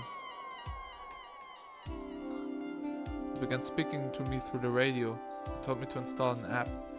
An app? Yes. I think it has something to do with the thing, the sphere, whatever it is. But so long as it pays, I don't care, I can use the money. The app pays? Yes. I see. It seems this is the last control point that you submitted. Would you like to include any additional thoughts or memories? Anything not included in the intake form? No, that should be enough. I will now begin disconnecting the sensors. A slight feeling of nausea and disorientation is normal and no cause for alarm. I thank you for your patience, Miss Madare.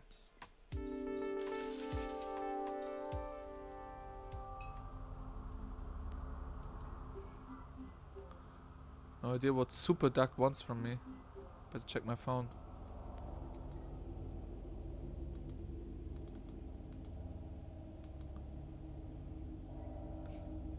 $10 oder 0,032 Quack.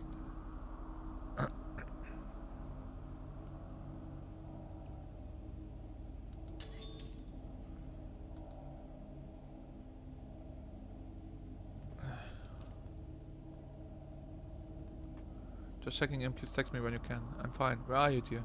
Arizona. Where in Arizona? I don't know. Love you. Just checking. Just checking and still in Arizona? New Max. Be careful, it doesn't seem safe to be there right now. Call when you can. Getting worried, okay? Black says he hasn't heard from you. Really getting concerned, please call. Put me on another round of chemo. Would love to hear from you. Call?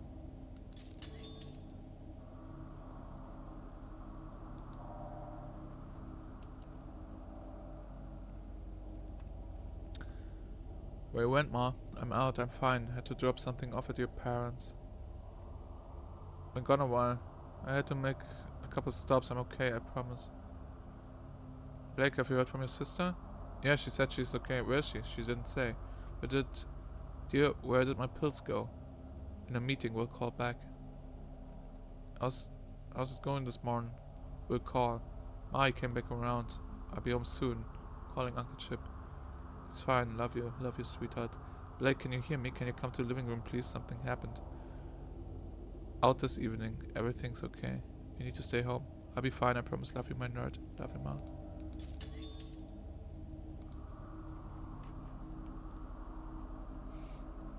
Been a while, Doc. Too long, old friend. How's the weather on your side of the tracks?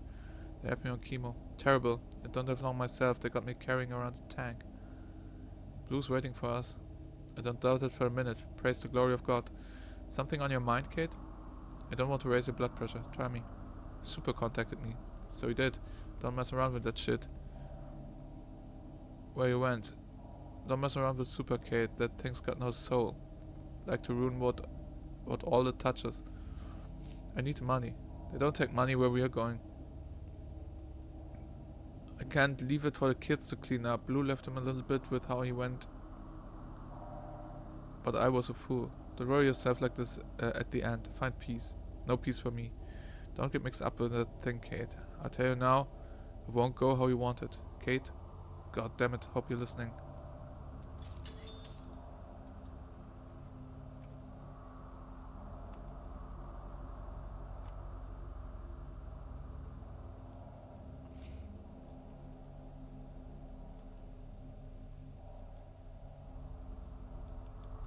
Okay. Ja, geht's offen.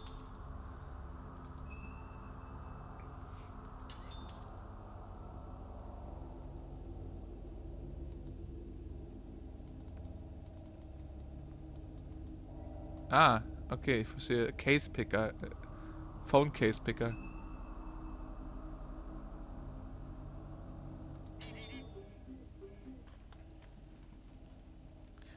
Says here I need to go to the Curious Duck.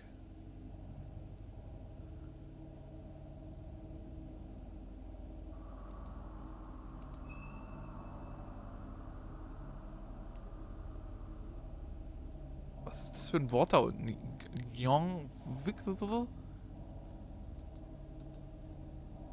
Non-WC?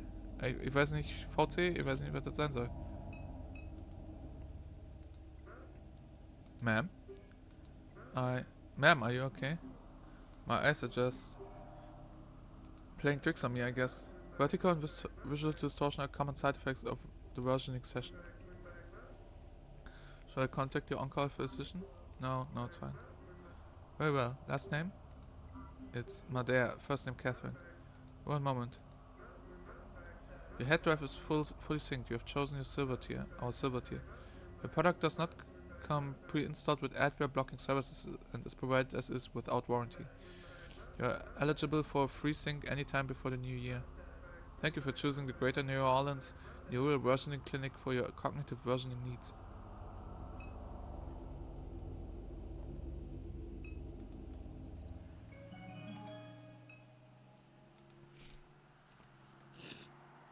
The Interstate Expressway traces a scar down Claiborne Avenue from east to west.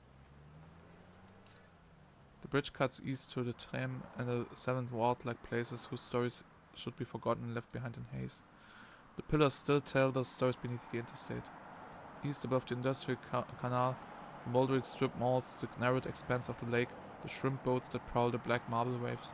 East from Mississippi in the winter weeknight darkness and onward to Florida where it terminates.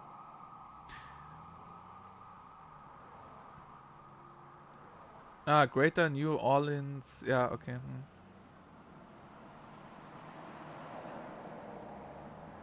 Ja. Das ist, während ich dieses Spiel spiele, muss ich dran denken, im Disco Elysium Subreddit, ich weiß nicht, ob es immer noch so ist, aber vor einer Weile war der Top-Post, der die meisten Votes hatte, war ein Stock-Footage von jemandem, der einfach nur da sitzt und ein Buch liest. Und drauf war so halt mit Impact-Font als Meme-Text. Disco Elysium players be like, damn, this gameplay is fire.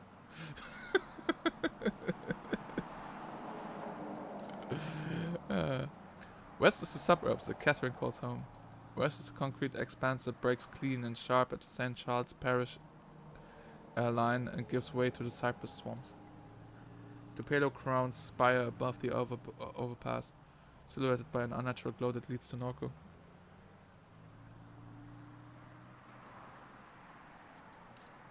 Nein, ich bin nicht derjenige in dem Stock-Footage-Bild, wo jemand ein Buch liest. Ich habe nie für Stockfotos posiert. The uncanny smile of personal injury Laura Martin Smart hangs above Interstate 10. His eternally coiffed hair clings desperately to his head. His hallmark blood red tie catches the eyes of drivers speeding east. Just a click away, the sign reads.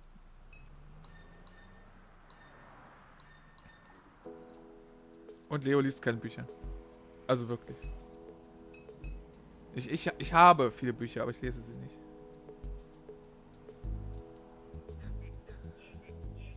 This is taking forever to start. I'm starving. You been to any of these yet? No, what is it? A puppet show. They always start late. I told him I'd help load the gear, so I'm stuck over here until it's over. My stomach's going to eat itself. Makeshift puppet theater. The curtains are closed. Maybe I'll come by later to see what this is about. A newly refinished Art Deco structure glows beyond the overpass. They turned charity hospital into art lofts. Disgusting.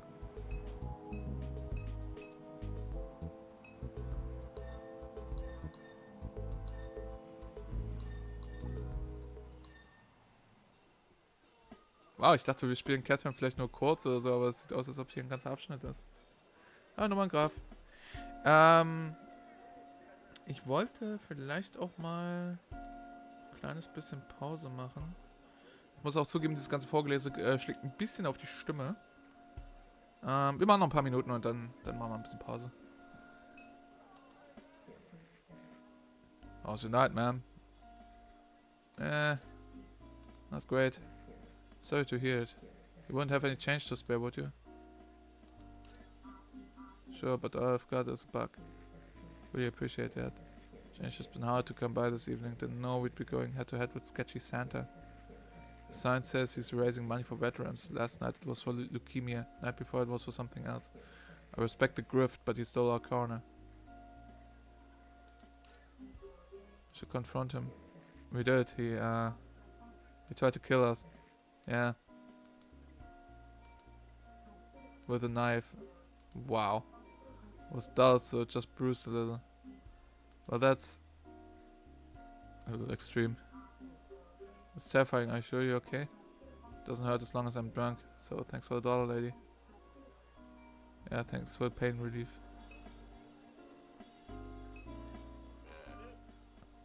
Well, ho ho ho. Santa's eyes roll wildly in their deep sockets. His mouth twists into a smile. How are you, dear? Got a dollar to spare? Help spread some Christmas cheer? Give my last $1 away. Just let go of my last $1. What? That $1 was for me!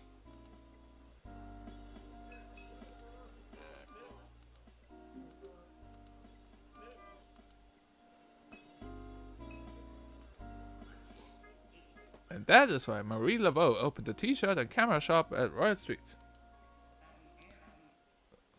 That's not scary at all. I paid for a ghost tour. If we're just going to walk around looking at t-shirt shops, I want my damn money back. This is a farce. What kind of tour guide are you? Well, technically I'm not one, but... Excuse me? My roommate is. Then where is he? Long story. I came all this way because the website said it'd be fun. I'm having an alright time. The city was supposed to be enchanting. Anyone trying to score some Molly? I hate New Orleans.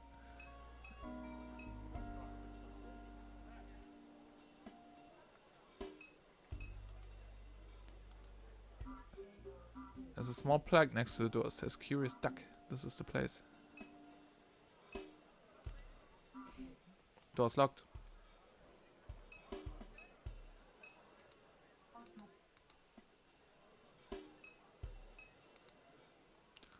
The hot dog vendor sits behind a large plastic cart. He looks up eagerly as Catherine approaches.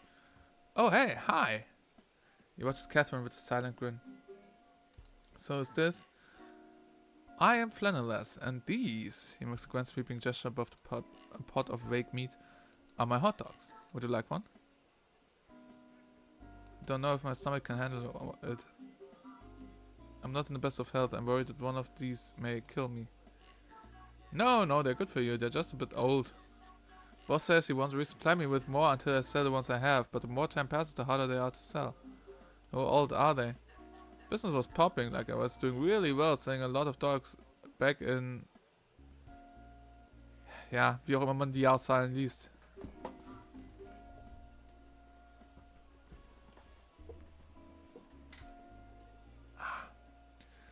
That's nearly a decade ago. Yes. Enthusiastic nodding. Anything else I can help you with? Curious Duck's door is locked. What's with the shop over there? I was told to come by, but the door's locked. The Curious Duck? Rosie doesn't let anyone in unless they know the secret knock. What's the secret knock? I can't say, sorry.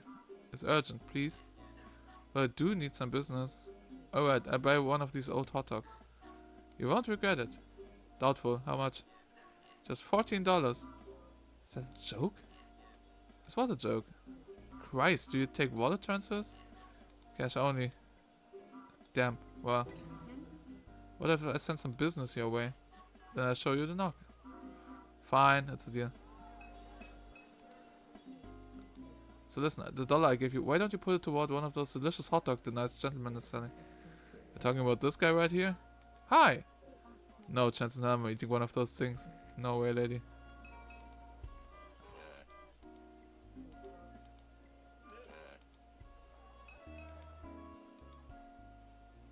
The man masquerading as a tour guide continues to lose control of the crowd. The city is just one big scam.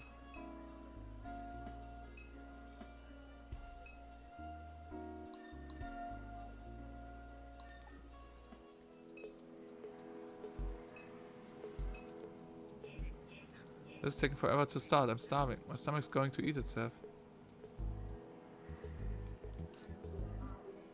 If you like to live dangerously, there's a guy selling old hot dogs out the street. Sounds like a delicacy. Always looking for ways to fortify my intestines. The show's getting started. I go grab one after it's done. Ich habe mich ehrlich gesagt verklickt gerade. Ich wollte die andere Option anklicken. A crowd has arrived to watch the show. The show's getting started. I should take a seat.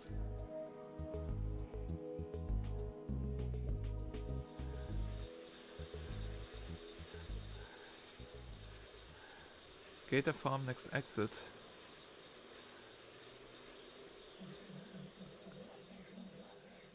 Deep in the cypress hollow I hide. I mourn this evening. My last child has died.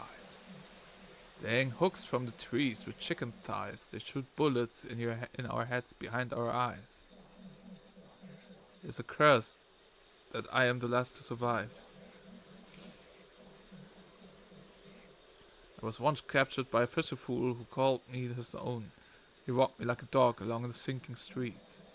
He fed me strange plants and deli meats. He even covered me with blankets when I went to sleep. I left on the night of a monstrous flood. The fool has not rested a single night since. He stalks these bayous each night, hoping to see my eyes shine. He calls out a ridiculous name that was never mine. Tonight I will shine my eyes at him. I have a request. Kill the shrimp-catching man who killed my children. Remove his head. Bring me his skull. Do this and you may again leash me like a dog.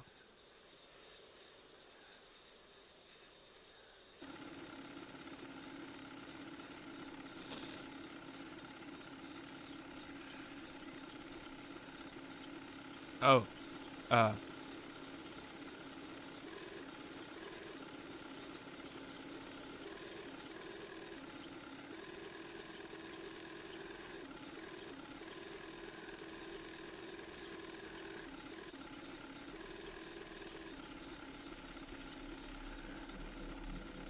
Hello, Fisher Fool. You've floated by you for many nights. Here I am, the one you're trying to find.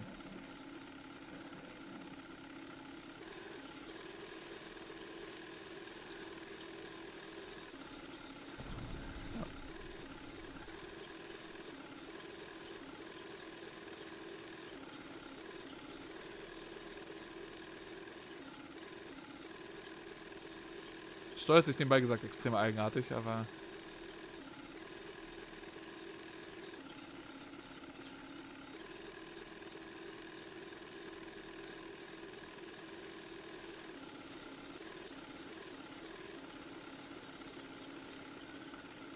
Three crows watch from the power line that runs along the bank. Okay. Ja, stimmt, Sunless Sea.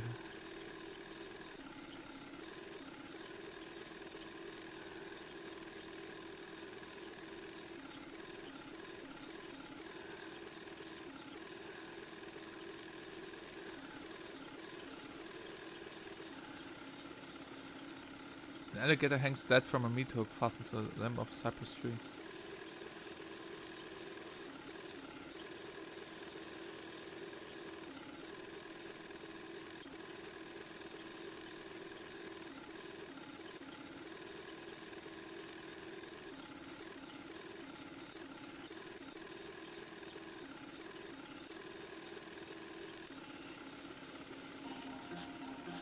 A long time I've seen anyone down this bayou. They're all too frightened anymore.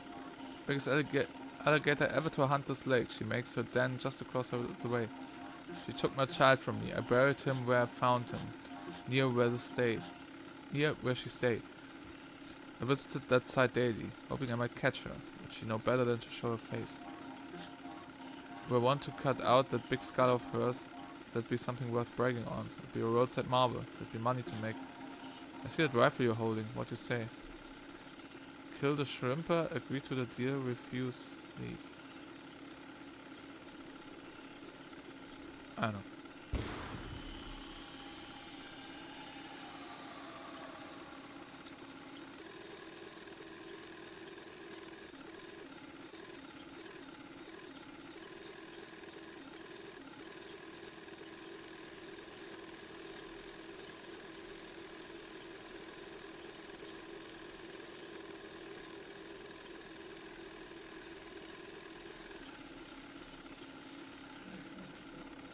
You did my bidding, Fisher fool, just like an obedient dog. Each day you held me captive, my patience drained. You'll not humiliate me again. Consider this your last mistake.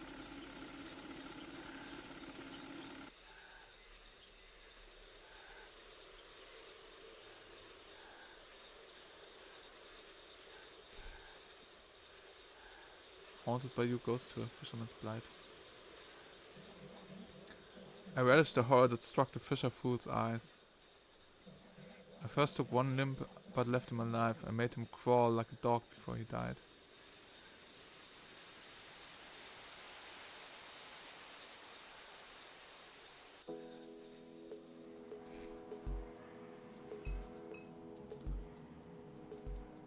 The crowd is discussing the show. Well, that was something.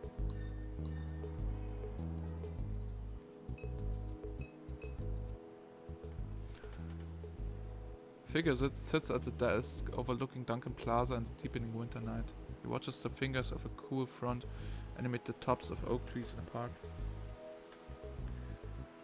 He watches the last remnants of commuter traffic leaving Canal Street, the pulsing taillights, the shift workers running towards the bus.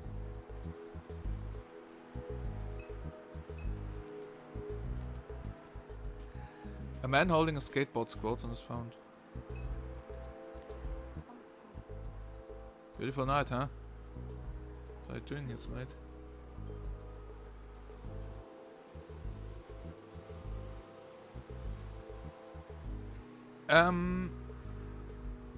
Ich weiß nicht, im Elend zu suhlen, weiß ich jetzt nicht, ob ich das so unterstreichen würde, aber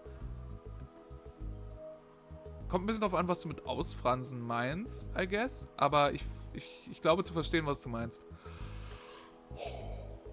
Oh! Es ist manchmal, es wirkt manchmal, als ob sich vielleicht eine Spur zu gerne selbst reden hört. Skating in the steps. I come out here most evenings. No one bothers you around this time. Plus you see a different side of the place. What do you mean? People pass through this building at night you'd never expect. Versucht halt eine gewisse Atmosphäre aufzubauen. Ja, das ist wahr, das ist richtig. Ich schätze, es könnte die Atmosphäre auch aufbauen mit 20% weniger. Just saying. People pass through this building at night you never expect. You know what do you call themselves? The Gregs? Garys? I can't remember the name. No idea. The kids that squat at the promenade mall? They're obsessed with Ken or John? Nope. That probably wouldn't mean much to you, but anyhow, I see them come in and out of City Hall almost every night. I know it's them because my buddy Bruce got wrapped up in that stuff before you get initiated. They make you wear these goofy red polo shirts. And once you're a full Greg, Gary, whatever, you get to wear the blue polo shirt. Sounds like a joke, and it is, but I don't think they realize it. Anyway, that's the kind of stuff I see around here at night. Where do they come? What would they be doing here? I wish I had a clue.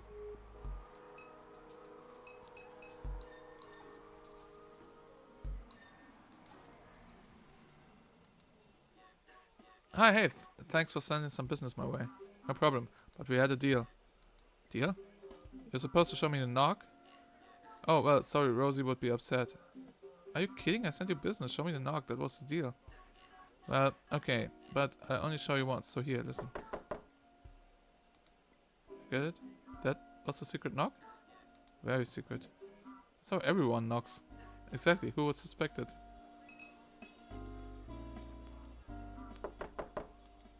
And Catherine knocks on the door and hears the subtle sound of it unlocking. That's stupid.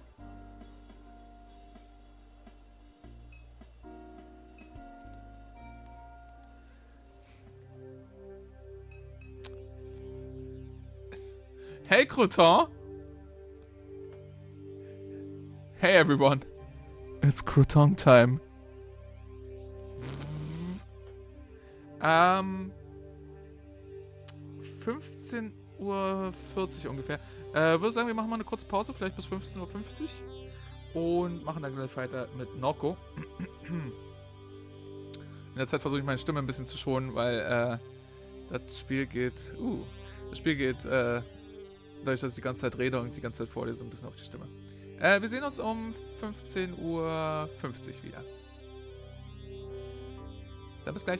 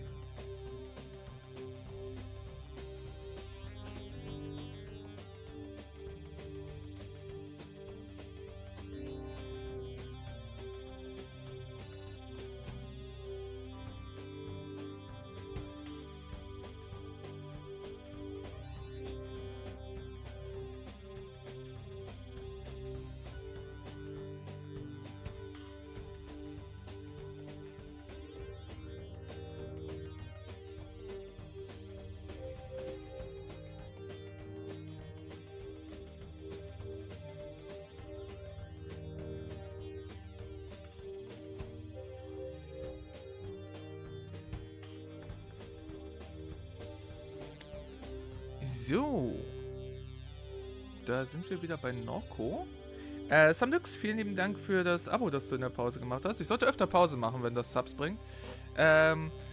Nicht vergessen, ihr könnt den Kanal unterstützen. Alle Links sind unter dem Streambild. Vielleicht nochmal für alle, die erst später dazugekommen sind und so. Also eigentlich war der Plan, heute Tex Murphy zu streamen, was ihr beim letzten Stream angestoßen hattet. Aber es gab ein paar technische Probleme. Tatsächlich diesmal nicht bei mir, sondern das Spiel hat nicht nur bei mir, sondern ganz allgemein Probleme zu laufen auf modernen Rechnern. Ich muss mal gucken, ob ich das irgendwie langfristig gefixt kriege mit irgendwas. Ja, und ansonsten muss ich gucken, was ich demnächst sonst so streame. So.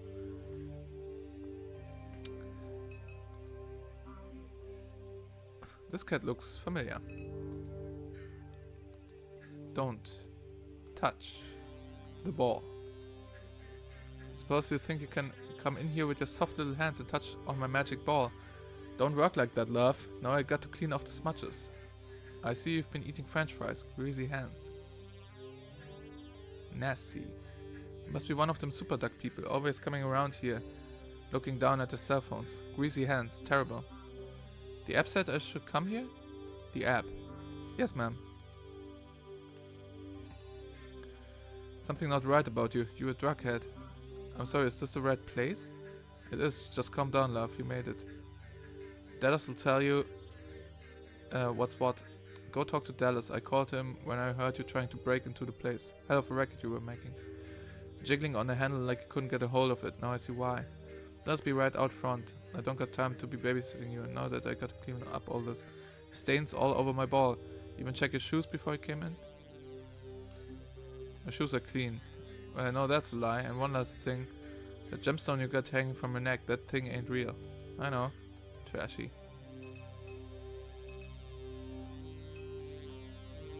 Okay, also soll ich wieder rausgehen und Dallas treffen? Ja. Guessing you're Catherine? That's right. Rosie debriefed you? Was that a debriefing? I don't know if that's what I call it, but sure. She can be kind of... He casts a gaze into the sky and back to Catherine. Never mind. Quackshop should have a ticket with the information we need. No reason to stand around. What's Super Duck?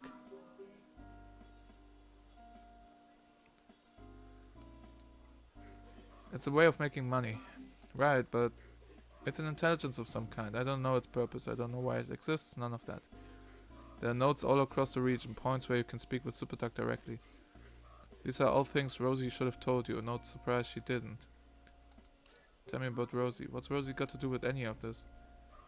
There are a dozen or so rendezvous points in addition to her notes. Rosie's shop is one of them. She must be making good money offering her place to the network. Probably the only reason she keeps it going. Doubt she sold merchandise in years. Locks the doors to discourage customers. Guess you could call the front. Have you been on Quackshop long? Been doing this since before there was an app, but Super says use the app. I'll use the app. Makes no difference to me. I'm ready. Me too. Check the app and let's get moving.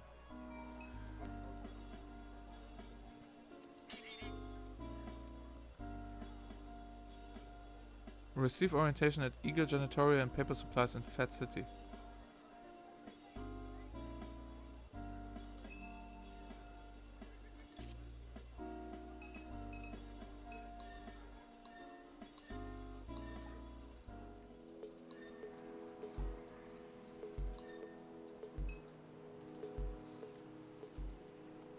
An armed security guard greets Catherine as she enters the building. He sits on a wooden stool next to a walk-through metal detector. Good evening, badge please? Damn, left it at the house. There are no council meetings scheduled for this evening. You'll need an employee ID badge to enter. Here strange people come through here at night. One guy out front mentioned squatters in polo shirts coming in and out of the building at night. I don't get paid to answer questions. Hey, there you end up in this building is a bad day. Why? I was coming to City Hall every week for a while after the flood this past summer. Pumping stations went down during a heavy rain. Ended up getting 2 foot of water in my car. City said they'd pay for the damage, but I never got a check in the mail. Talked to a dozen people in this building. Nobody could tell me the issue. Finally, I give up. So viel Lesen gab es seit Danganronpa nicht mehr. Ja, kommt hin. Ja, wir werden auch heute nicht länger als bis 17 Uhr oder so machen können, weil it's a bit much.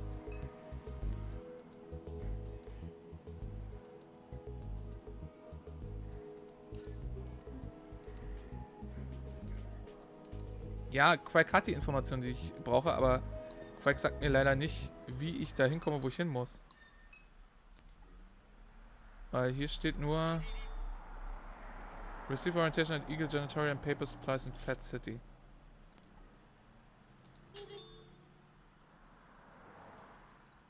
Aha. Wow. 16,80 $ und wir haben nur 54, okay.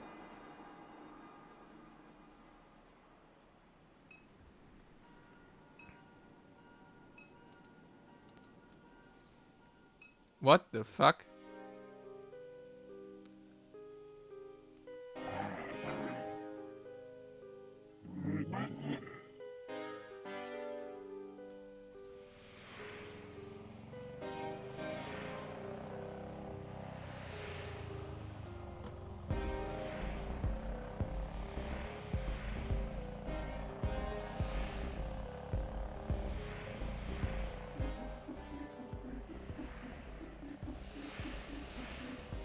Okay.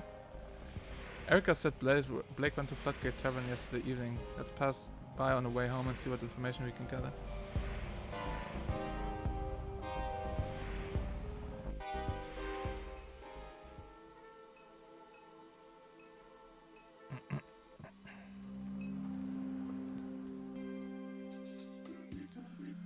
That's Private Detective Brett LeBlanc sitting at the end of the table. He's an unpredictable character, but we may benefit from speaking to him. Why are you looking at me like that? I still got chili on my face. Ah, Chili gibt's heute zufälligerweise bei mir auch. Weil es einer von 3 Sachen ist, die ich kochen kann. Sit here long enough, you never know who might pass through. Hey Gus, look at this dynamic duo. Not sure I've seen these two around before today. Sure, Gus, that filthy one right there, that's Kate, Medea's oldest. Other one's a robot. You're pulling my leg. That's Kay, Blue's baby? Come on now. I worked the turnarounds with Blue. Good man. Great man. There's some stories, Sam. How come his kids came out like they did? Like they did. Look how this one's dressed. Looked to me like she headed to the job site. Oh, the circus. Blue passed before his time. That's why them kids don't dress right. Blue knew how to dress. You're right about that one, Keith. Sad the way the kids turned out, but forget all that. You two are lucky to be stumbling in while I'm sitting here. You're the company of a top-rated professional sleuth, and I happen to be have a bit of information. Spit it out then. Hey, listen, I do things on my own time, you understand? Whining ain't going to make this go no quicker. What I mean to say is you don't do nothing but sit around here and drink.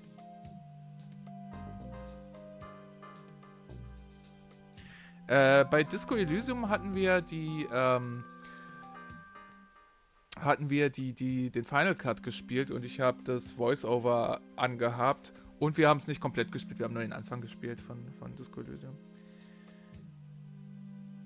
Und Danganronpa war deutlich länger. Danganronpa war zusammen mit Nioh 2 eine der längsten Sachen, die ich gestreamt habe. Und in Danganronpa habe ich alles gevoiced, bis auf die allerletzte Folge, in der Nasty dabei war und auch ein bisschen gevoiced hat, aber ansonsten, My ass, I'm the hardest working flatfoot you can find, me. LeBlanc, please, time is of the essence. Cool, you're here, I'm getting to it. Now I see why Kid kicked you to the curb. That is not correct. Save your battery life, I'm just playing with you. Tell you what, why don't you get me a drink so we can talk? Even if I need a beer for you, boy. Lord help me. Another step buying that lowlife a drink.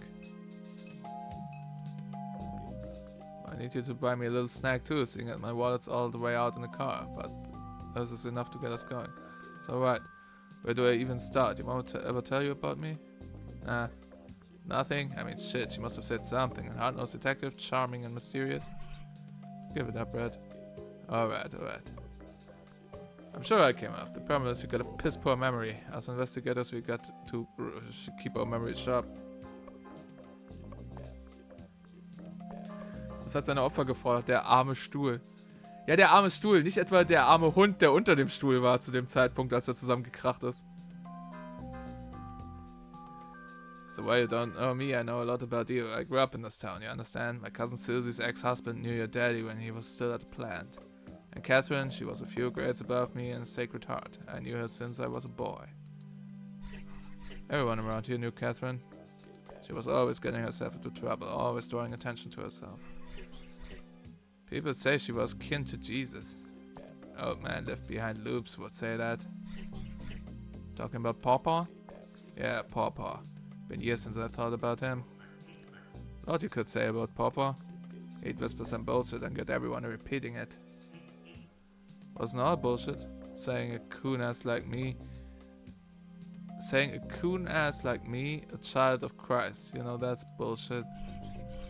We're all Christ's children. Not like that, Gus. You know what I mean? Like, literally. Not interested. Damn. Well, right. Catherine never noticed she was one of her own planet. Wild as she was. Papa never wanted to be seen. He was watching Catherine, but she weren't watching him. Blue wouldn't let no man like that near her anyhow. You got a point there, Keith. It'd be foolish to get in Catherine's way. Where she went, trouble followed. But I admire her, and she admired me. Who wouldn't? Anyone who knows him. Oh, piss on you. Or sees him.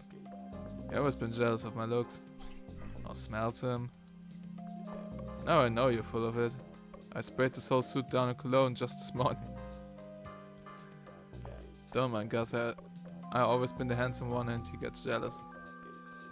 Made me forget what I wanted to tell you. Oh, that's right, your house is out there near the fence line. Well, that's right behind my place of business. I got a window looks out on the yard, more or less.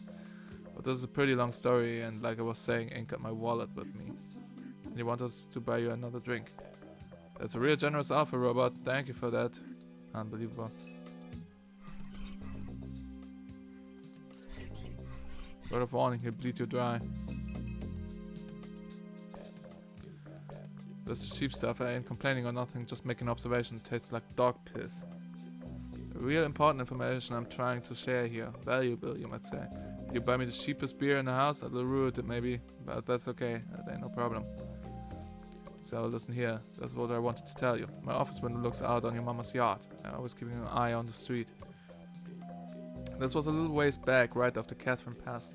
I was looking out there on the street, like I do, and I seen these shield security types leaving the house. They was carrying a box. You saw shield security leaving Catherine's house with a box? That's what I'm saying, Robot. They was walking out the front door with the box, casual as can be. And where the hell were you? Ain't you some kind of security robot yourself? What would Shield be looking for? Hell if I know. Laura Sinclair, the regional CEO they got over there, she always took a bit of an interest in your mama. I hear she's a loser cannon. Why would she be interested in my mom? Everybody was. He's right, everybody wanted what was in her head. Makes her a loose cannon. That's just what they say. Talking about Laura, piece of work, that woman. Surprised she hasn't run the whole operation into the ground. The only reason the board keeps her on deck is because of her father. A lot of people want her gone. Who's her father? Thomas Sinclair. Founded Claire Bionics. They made robots just like your friend here. Hell, William might be a Sinclair unit herself. Anyhow, man's rich as can be. Thomas Sinclair is a servant of the devil. There Gus goes with his bullshit. Not bullshit, it's truth. Alright, Gus. Why didn't you stop the Shield's agents? Well, because I was busy. With what? You know, just busy. Who cares with what? When are you ever busy with anything? All the time. I can hardly get a minute to relax. And what were you doing? I told you, I was looking out the window and I saw them Shield people. So answer the question, Brad. You see those people breaking into your home, you're always coming around bragging about stopping the bad guys. If I wasn't so busy, I might have killed them. Sometimes I wonder if half the stories you tell. Ask around town, everyone knows I'm a killer. Or just fantasies you make up to convince yourself. I was taking a shit. The detective smoothed his tie as a moment of silence hits over the room. The window is next to the toilet. I'm always watching the street because I have irritable bowel syndrome. I hadn't even started wiping when I seen them shield dudes. Alright, bro, but you run down Apple Street with poo all over your ass? The man closes his eyes and shakes his head slowly. I take that as a no. You wouldn't. Nobody would.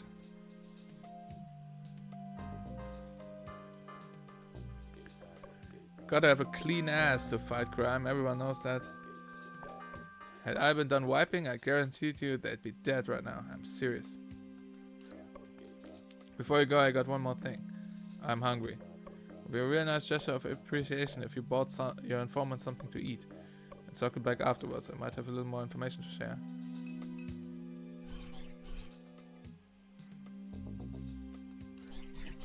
Sucker born every day, good for business, I guess. Chef mentioned I don't much care for the fries here, but that's okay, I ain't complaining. Just would have liked me a sandwich or so, but forget all that. What's important right now is that you understand what I told you. I saw shield thugs leaving your mama's house with a box. What the box contained? No idea. But they was in there looking for something, no telling what.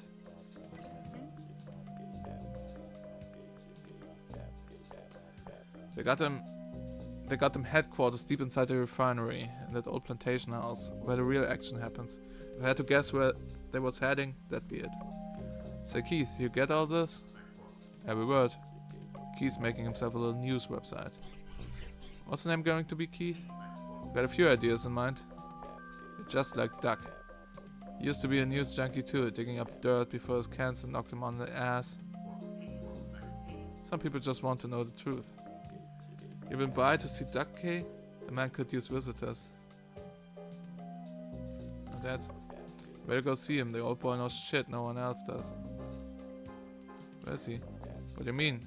Kate must have took you to see Duck about 1,000 times. Just think about it for 2 seconds. Perhaps LeBlanc is right to suggest we visit him at some point. Perhaps. Oh yes, quite. Perhaps. Oh yes, quite. Why you talk like that? Did they make you in England or something? You sound like a queen. Thank you. Weird ass thing. Hey, I figure I'll be seeing you two again. Good luck. Excuse me.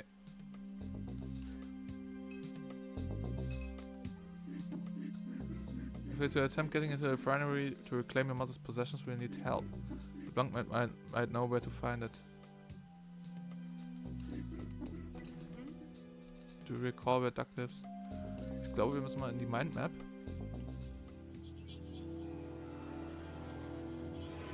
Private investigator Brad LeBlanc. He saw SHIELD agents leaving your house with a box following your mom's death. Rose Sinclair is original executive of SHIELD Oil. Her role is not secure. The board would like to replace her, but they fear the influence of her father. Interested in your mom, likely due to some aspect of your mom's research. Thomas Sinclair is Rose Sinclair's father and the affluent founder of Claire Bionics, a machine learning startup.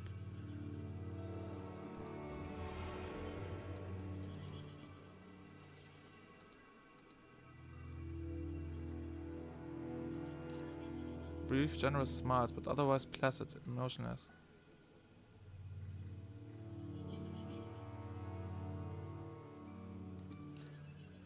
You hid behind Catherine when he was around. Took a turn before you left, a bit of lethargy, irregular breathing, sores on his legs. Your mom brought him food on days when he was unable to stand. His son, dead at 14, an explosion in the yard, natural gas leaking from a pipe, something caused a spark. Pipeline. Across the property to SHIELD's chemical annex, there's only one neighborhood along that fence line. What's left of it anyhow. Small fragments of his home pass through the black ink of your mind, the perennial accumulation of dust, the damp curtains and pile of cans On the kitchen table in those refinery shadows of the little slab bungalow. Duck lives in Dimes. Dimes is the neighborhood along the fence line of Shield's chemical annex. Duck lives there. Okay.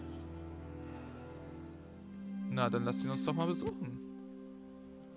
Besuchen, This has taken quite another unusual turn. LeBlanc says that Shield has stolen a box of your mother's possessions. We have nothing else to go on. We must retrieve the stolen items and hope that they point us toward your brother. Accessing Shield's headquarters won't be easy. Without assistance, perhaps impossible. I suggest we recruit help before attempting it ourselves. Sure.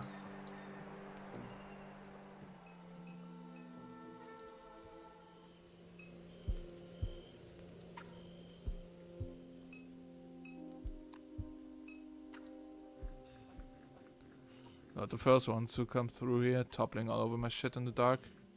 Since the buyout, people think this neighborhood's all the way empty. Come around looking for copper. But you wouldn't do that kind of thing, Kay. Not like your brother. How's it been, Doug? How's it been? About how it looks. Made such a mess with that head drive. Just trying to keep myself out of trouble till it's my turn to go, so... Head drive? I unleashed it. The monster. Super Doug. Caught itself that just to get to me. Just to piss me off. It's my fault. That company that made it for me should have known from the get-go. They only do their business at night. Found out later they don't even have a license. Your mother went to the same clinic for hers. I tried to warn her. The junk that was in my brain. You can laugh. It's spreading around like a virus. It's even in the trees. I told your mother, don't get messed up in any of that. She tells me it's talking to her through the radio. I said turn off the radio. She never listens. Stopped responding to me. Figured that monster's got money to burn. Catherine didn't want to leave her debt for you to deal with, so... You mentioned a buyout? You must have noticed coming in. The houses are all gone. People here fighting with S.H.I.E.L.D. all their lives. They got a little momentum on their side after the last explosion. The papers were making S.H.I.E.L.D. look bad. But hell, we were here first. S.H.I.E.L.D. moved in, we suffered. Gas leaks, noise, explosions, can't grow. My vegetables out in the yard just won't grow. I never cared to move, but I knocked doors for it anyhow. If S.H.I.E.L.D. had never dropped it on us, my little plot of land would be worth something. Money they were offering to buy us out was alright. Be worth a lot more if they had never come. Number they put in front of me, I said piss on it. I could have sued after Reese died. I just didn't have the energy for it. Now I'm the last one left in Dimes, so... Sorry about Reese, it's history. Most days I can't remember his face, if I'm honest. When you fill out the survey at the head drive clinic, they ask you to write down memories. Control points, they call them. I couldn't stand to write out his name, it was too painful. I skipped his memory. I regretted it at first, but I'm thankful for it now. It'd be a lot worse if that monster carried a piece of my boy inside it. So you kept up with Mom? Up until right near the end, Kay. She lived like she wasn't sick. She never quit. But I could see it wearing on her. Took a toll on her body.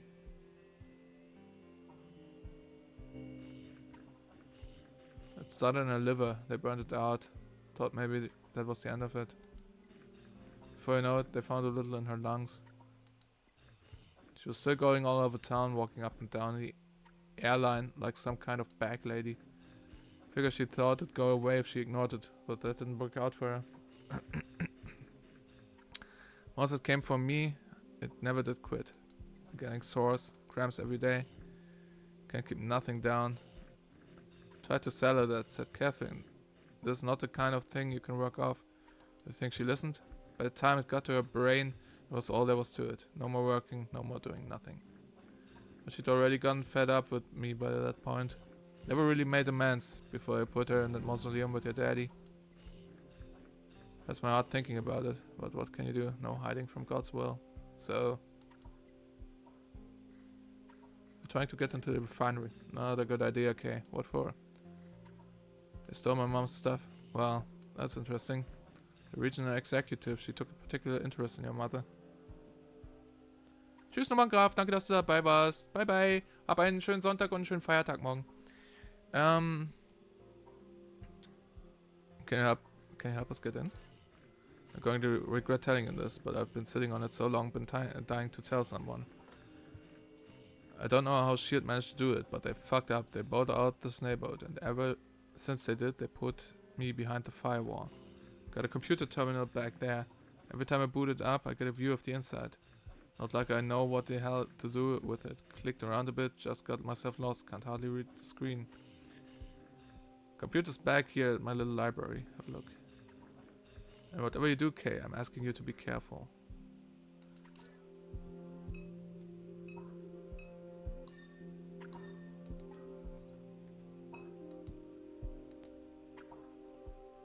You pass your finger over the trackpad, waking the machine. Shield security terminal is displayed on the console. You sit before the shield terminal display.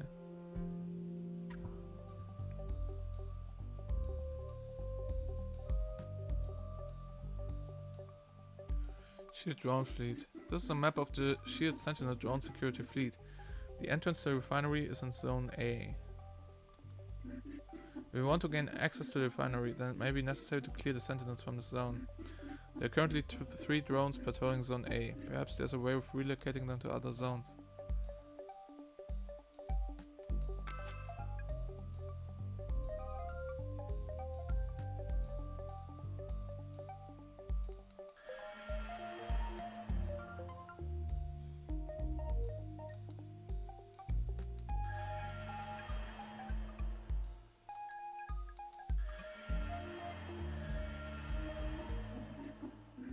It seems there's a precaution in place to prevent any zone from being unsecured, but there may be a way around this. No zone can host more than 3 zones. When one zone contains no drones, then the maximum capacity neighbor will reallocate a drone to its unsecured neighbor.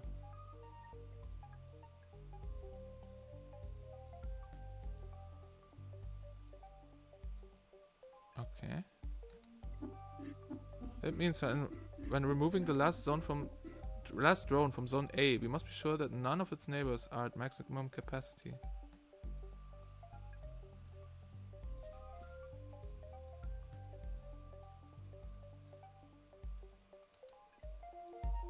Okay.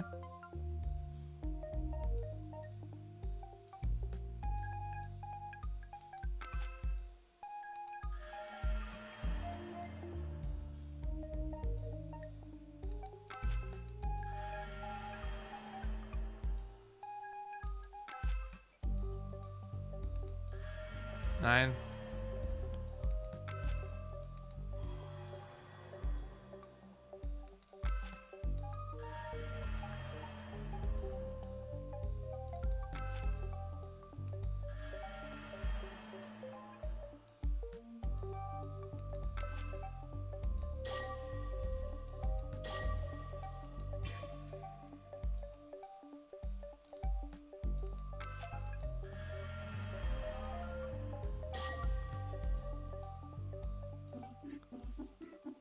It seems you are only given 10 control operations before the system resets. No security area can host more than 3 zones at a time.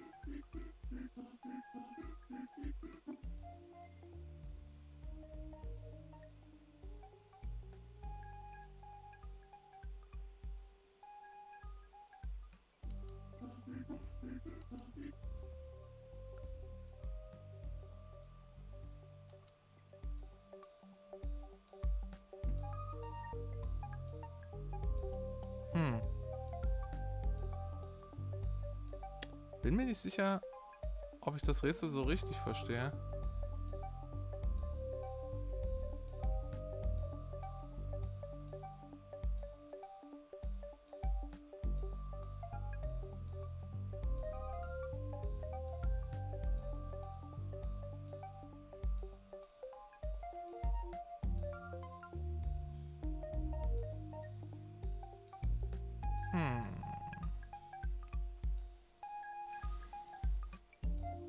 Muss zugeben, meine Konzentration ist auch gerade nicht die beste.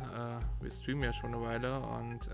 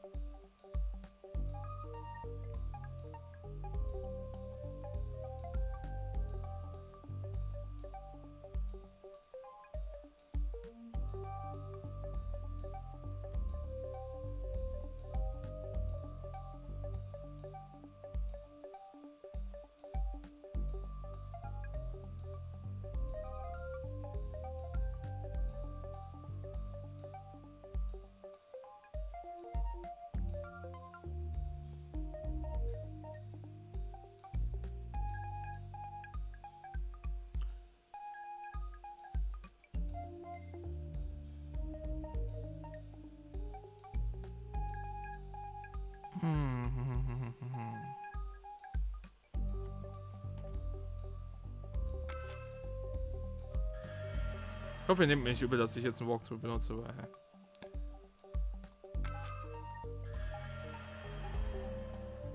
Ist gerade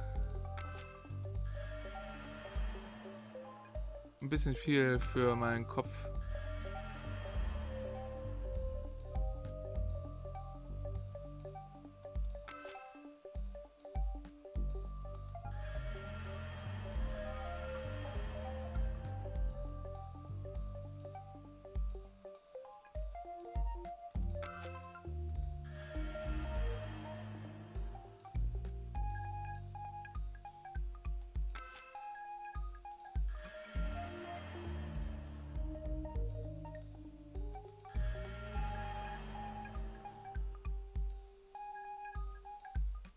Okay.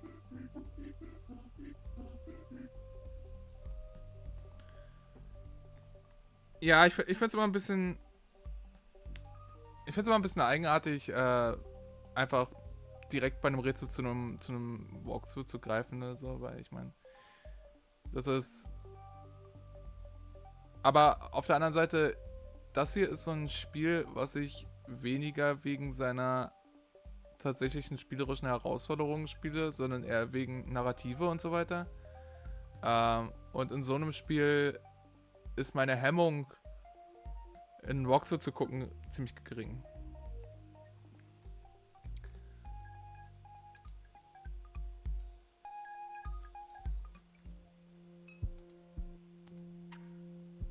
A strange ornamental box.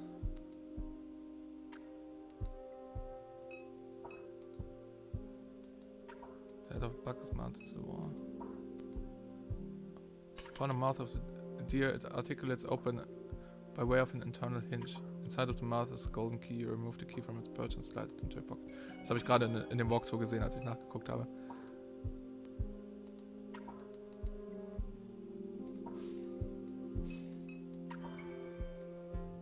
Use the key in your possession to unlock the box. Inside you discover a small collection of letters folded with care and decayed over time. Let's stick to letters from here. The new phone in the house shows a list of incoming calls. It was unbearable last night.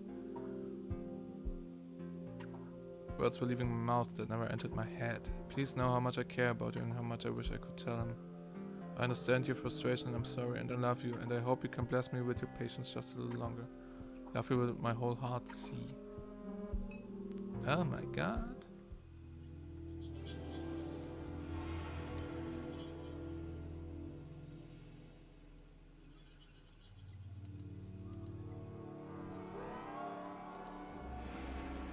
Your mom versioned her consciousness at the same disreputable neuroversioning clinic as Duck.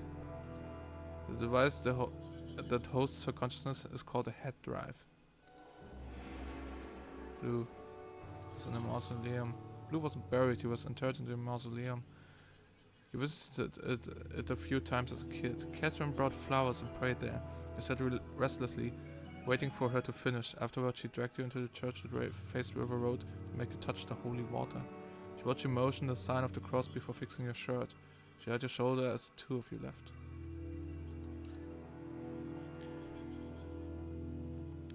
Hey, sonst hätten wir nie in die Necronomicon gegangen, ne? Bei Adventures muss ich dann immer selbst so schnell den Guide wegpacken, sonst bin ich verführt, da sehr schnell wieder reinzuschauen. Also normalerweise bei Adventures, also richtig Adventures, wo auch das Kern-Gameplay ist, dass man Rätsel löst, um weiterzukommen oder sowas, versuche ich so gut es geht irgendwie auf Walkthroughs zu verzichten. Das hier NORCO ist eigenartig, weil NORCO ist NORCO ist größtenteils eine interaktive Story, die man irgendwie shapen kann so ein bisschen und so.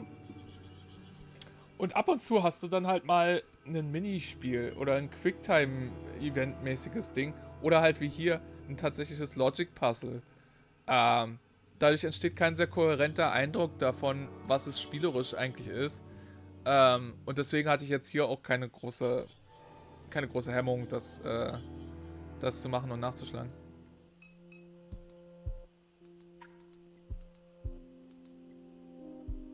Ja, ich würde sagen, wir machen noch so bis 17 Uhr. Halbe Stunde plus minus.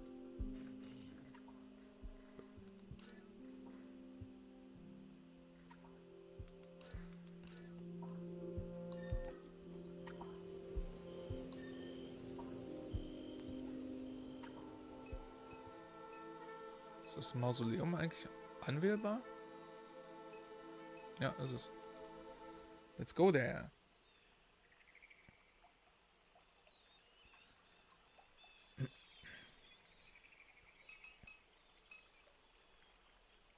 Ich meine, es ist so ein bisschen das Äquivalent dazu, als wenn man in einem Shooter, sobald man das erste Mal irgendwie an eine Stelle kommt, die in irgendeiner Weise eine Herausforderung darstellt, sofort einen Cheatcode anmacht, ne? It's weird. The face of your mom's crypt is damaged with cracks running around the ledge. It appears as if someone has tampered with the crypt with a pry bar. We could open it ourselves.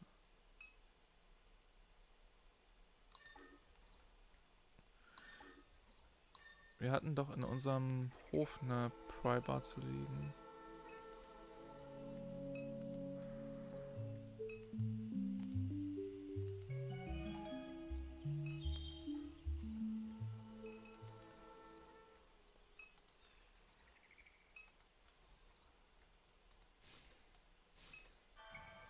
You pried the cracked marble face of the crypt. It peels away from the thin cork bead effortlessly. Someone has removed Catherine's casket. This was your mother's ring. She wore it on a chain around her neck. A letter, the penmanship delicate. It reads, Beloved Kay, her remains are safe. You will be reunited with your family soon.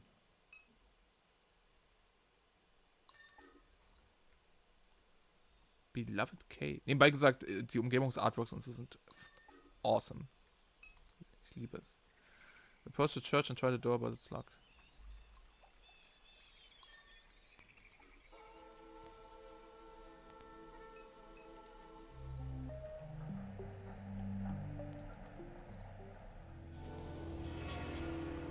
Your mom was exhumed. The body was stolen from the Red Church Mausoleum.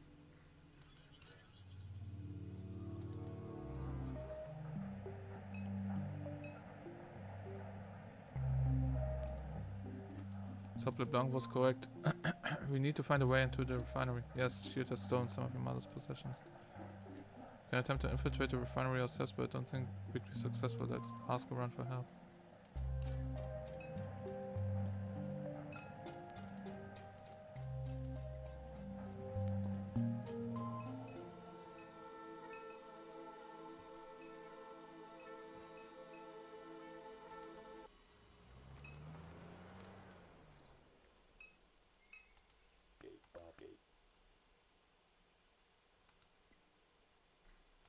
I'm looking for my brother. Why don't you ask Gus about it? I don't know.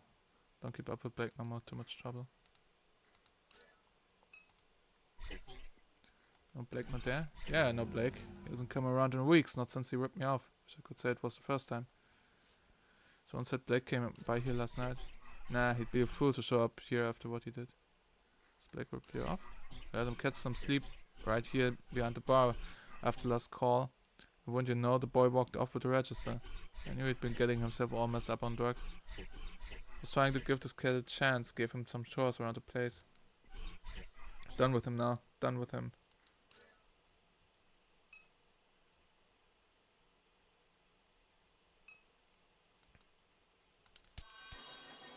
The SD pulse of the evening news makes pale shadows across the bar. An image of a man with a long grey beard hangs over the news anchor's shoulder. Another pipeline explosion has left residents of Lower St. Charles Parish shaken. Shield officials have determined that the source of the explosion was due to a botched attempt by oil pirates to divert the flow of oil into a stolen barge. A man familiar to local law enforcement known only as Lucky was among the pirates. Shield officials say he is believed to be hiding in the Badger Woods along the east bank between Kenner and LaPlace.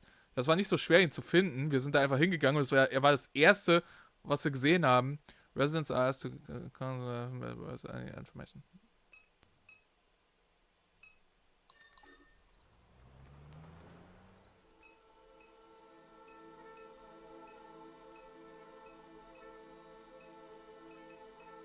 Aber wie kommen wir da nochmal hin? Ich glaube in der Nähe vom Discounter.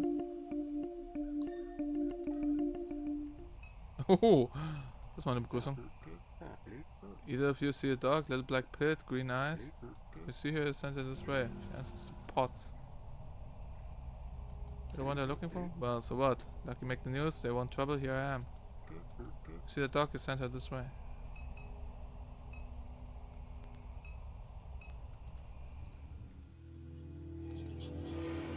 Fugitive oil pirate hiding in the Mississippi River Battle Woods. His dog has gone missing.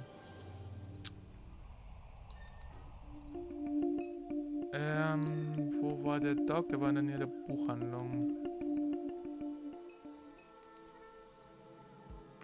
Ist das Leo mit einer Shotgun? Nah dran, nah dran.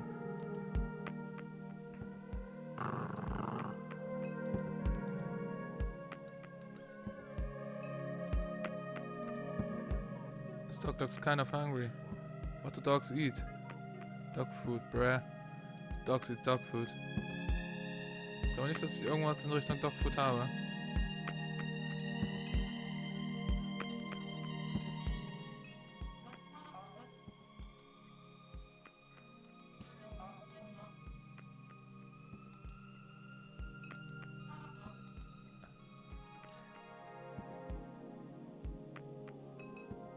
Wow, sie ist wirklich aufgeregt darüber, dass wir ihre Katze durchs Dach vibriert haben.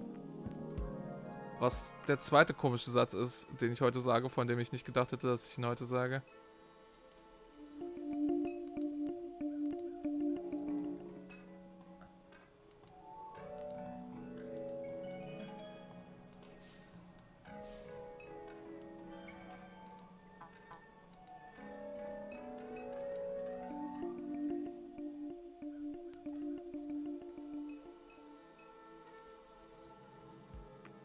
Als jemand, der später zugekommen ist. Was?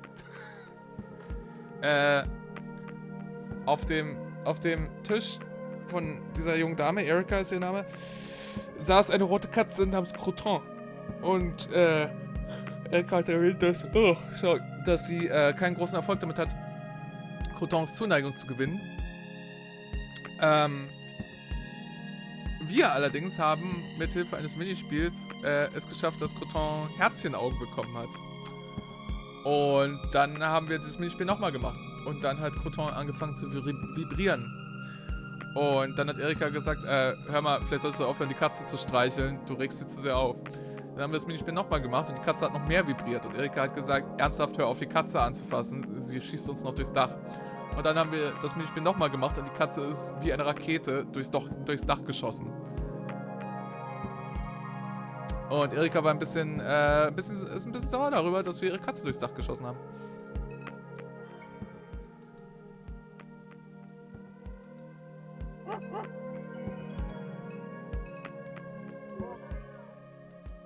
Bruh, it's the dog. Love the dog, bruh.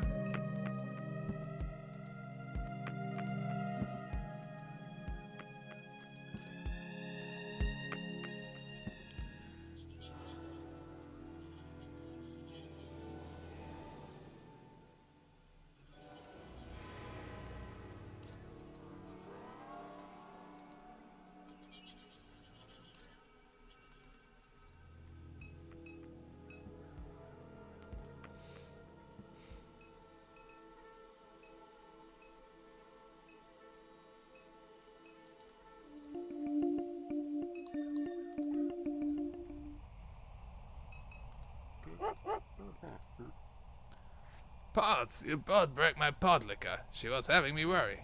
Pots now, she tough as they come, but Lucky thought they had her. You just down and pets the dog behind her ears as she pants eagerly. You got me. Say, Robert, you look familiar. You're Claire Bionics unit? No. Alright then, just thought you might fill Lucky in on a little gossip. Laura St. Clair, she's one unusual character, turning that refinery inside out on some wild goose chase. Okay, normale Dinge. Passiert. Ich denke, das ist einer von diesen Momenten, die alle Katzenbesitzer irgendwann kennen, ne? Das ist so wie, dass die Katze mitten in der Nacht Zoomies kriegt und hin und her rennt, oder dass sie mal auf den Teppich kotzt, oder dass sie anfängt zu vibrieren und durchs Dach schießt. Das sind halt diese Dinge, die Katzenbesitzer einfach kennen, ne? Oder dass man überall Haare hat, oder das sind halt so Sachen. I was hoping the robot might tell me. Anyhow, they call me Lucky. I stick around here. You need help, you find me. Help is just what we need. That right. We must infiltrate S.H.I.E.L.D. to retrieve some stolen property. We could use a hand. I done got past some fences more than I can count. That's a good time. Even got me a couple grenades in my bag. Lucky to come. You can count on Lucky. Now that there are so many of us, we'll need the truck to get around. Let's return to the house. I hope to finish repairs quickly.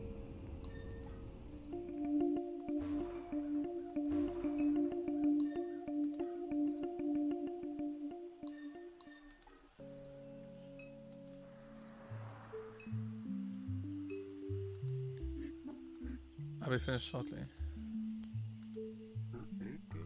So this Miss Medea's house then. Lucky knew your mama, I bet.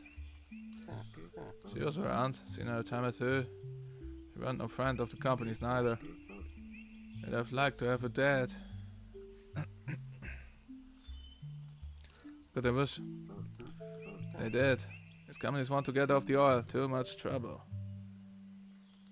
What do you mean? They put them wind turbines out in the Gulf, and now they're building a brain. Brain? Hell, everybody knows they're in there building a brain. All the refineries is doing that. Going to hook them all up, make a bigger brain. But that ain't enough to outsmart Lucky. Lucky is smarter than any big brain you can dream up. You're going to use it to find fuel out in space. Best of luck to them. Ain't nothing wrong with trying to make a buck. So why get in their way? Lucky ain't in nobody's way. Everybody liked Lucky just fine. Did you blow up an oil pipeline? Maintains a neutral expression as he watches the tree line. Lucky done blown up all kinds of shit. People think Lucky hates S.H.I.E.L.D. Lucky don't hate S.H.I.E.L.D. He just like causing trouble. Without S.H.I.E.L.D. ain't nobody have a job in this place. But here come that robot.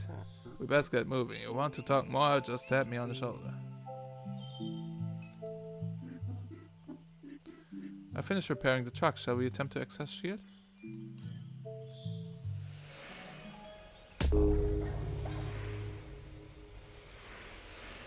Monkey flies from the bed of the truck as Milton speeds down, a million speeds down the highway. No, Monkey! Monkey! No! Lucky shots over the nose of the highway. What you got, Kay? What do you know about S.H.I.E.L.D.? Lucky know about all there is to know. What about it? Ah. Jetzt haben wir Monkey nicht mehr. Monkey! No! S.H.I.E.L.D. is building a brain. Like I said, S.H.I.E.L.D. is developing an artificial intelligence in order to conduct exploratory missions for off-world mineral reserves.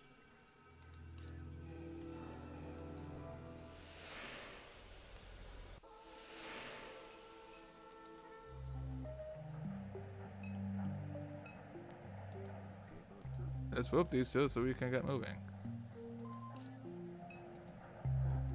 I'll send the drones around. Once we clear these two, we're in. Ready? Let's do it.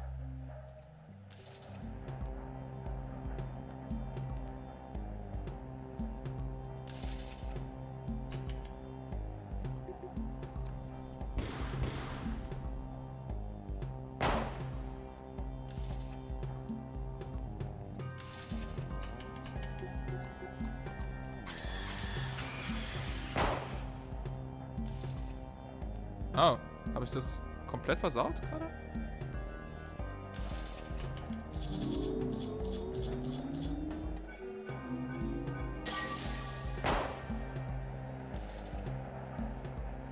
Ah, okay, ist fast tot. Das ist nicht gut.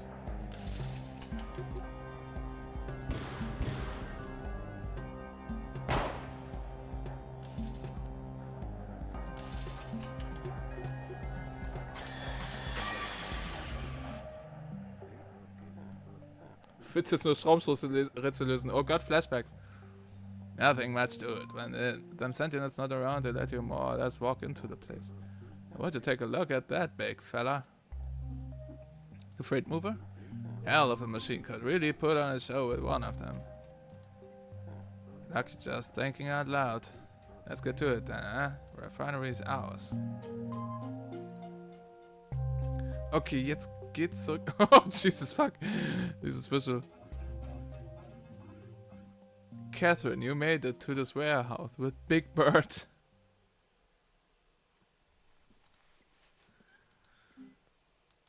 I sure did. We have a job for you. It will pay. It will solve some problems before you die. Dallas. No stranger to the network. You will assist Catherine. Yes. Catherine, in the lake, you saw the stone. We saw you see the stone. We want the stone, but it has evaded us. Das ist jetzt sehr verwirrend für alle Leute, die im letzten Segment erst dazugekommen sind. Also wir hatten vorhin schon mal einen spielerischen Flashback zu Catherine, Kays Mutter, die sich im Endstadium von Krebs befinden, für die obskure Firma Superduck einen Auftrag erledigen soll, der uns in ein Warenhaus geführt hat, wo wir dieser Kreatur begegnet sind. Superduck is, what else? A network. A system of signals, wireless communication of locusts and frogs, cypress roots, disease vectors, internet of flesh, biomimicry, internet of internet, radio towers. Distributed AI, distributed birds in flight. Superduck saw you see the stone because Superduck was an eagle in the sky. The stone is a sky thing that many want, but it reveals itself to no one. No one except for you, Catherine. It followed you through the lake. It loves you. It seeks you. It will submit to you. But we must act fast. Shield wants the stone. Claire Bionics wants the stone. Superduck wants the stone. And John has the stone. John. Everyone hates John. Everyone follows John. Influencer, dopamine fiend. Convinced himself he has faith in God. Convinced others even. Some young and idealistic, some old and bitter. These are the Garretts of John. You will find them gathered in the bowels of the Promenade Mall in Kenner. John has hidden the stone in this forgotten place. He will use the stone in an attempt to fulfill his prophecies, but his are the prophecies of a fool.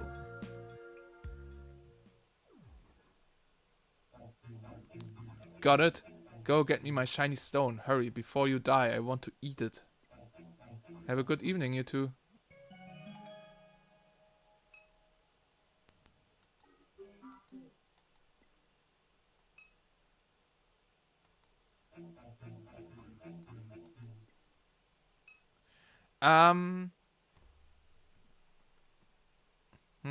Wir sind ein bisschen früh dran. Ich wollte eigentlich bis 17 Uhr machen, aber ich würde sagen, wir machen jetzt vielleicht Feierabend. Einfach deshalb, weil hier geht gerade eine neue Sinneinheit los. Ich merke, dass dadurch, dass ich die ganze Zeit rede, kriege ich Halsschmerzen, die tendenziell eher schlimmer als besser werden.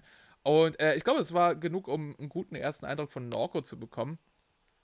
Vielleicht gefällt euch das Spiel ja. Es kostet nicht allzu viel auf Steam und manchmal ist es im Sale. Also, wenn euch das interessiert, dann könnt ihr auch in mehr Details reingucken oder so. Dann checkt doch mal NORCO aus, packt es auf eure Wishlist oder sonst irgendwas. Ich würde sagen. Aaron sagt gerade, ist auch im Game Pass drin. Das wäre natürlich auch sehr günstig. Ich würde sagen, bei uns. Wir machen nächsten Sonntag, denke ich, weiter.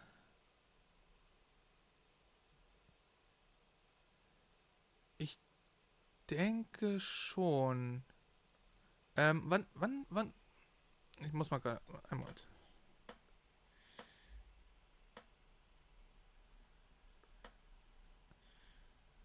Ich muss gerade gucken, wann der Release von Diablo 4 ist.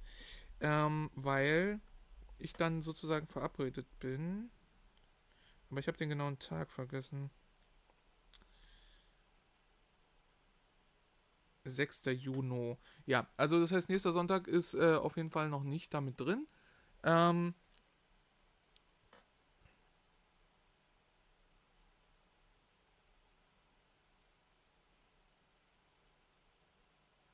Genau. Und das heißt, wir würden nächsten Sonntag weiter streamen. Ich weiß aber noch nicht was. 6.6. ein so leicht zu merkender Termin. Genau, ich würde sagen, nächste Woche streamen wir nochmal, aber übernächstes Wochenende dann nicht. Übernächstes Wochenende gibt es dann eine Pause. Genau, ich weiß noch nicht was. Vielleicht kriegen wir Tex Murphy hin.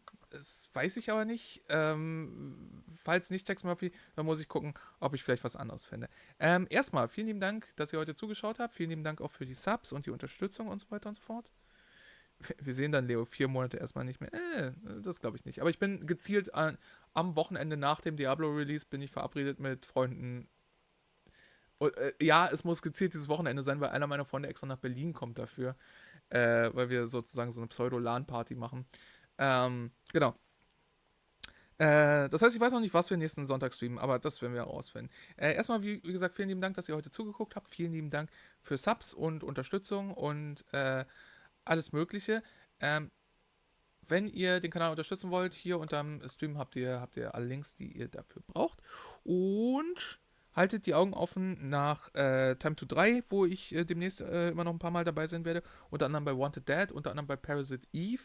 Tom und ich sind auch lose verabredet noch für eine andere Sache, die demnächst auf Time to 3 kommt. Und ich bin natürlich auch im Hooked-Umfeld. In letzter Zeit ein paar Mal zu sehen gewesen. Guckt euch das vom PlayStation Showcase an, wo also, ihr kennt mich, ich bin keiner von denen, der vor Enthusiasmus kreischt oder ausrastet oder sowas. Aber, äh, also, wenn ihr sehen wollt, wie ich Herzklopfen habe und eine Hitzewallung kriege, guckt euch meine Reaktion zu Dragon's Dogma 2 ein. Auch die ist eher subdued, aber ich glaube, das war trotzdem ganz unterhaltsam. Ähm, Genau. Und ansonsten wünsche ich euch erstmal noch einen wunderschönen Sonntag, einen wunderschönen morgigen Feiertag und dann ab Dienstag einen guten Start in die neue Woche. Und hoffe, es hat euch heute ein bisschen gefallen und dann sehen wir uns demnächst. Bis dann, passt auf euch auf und bye bye.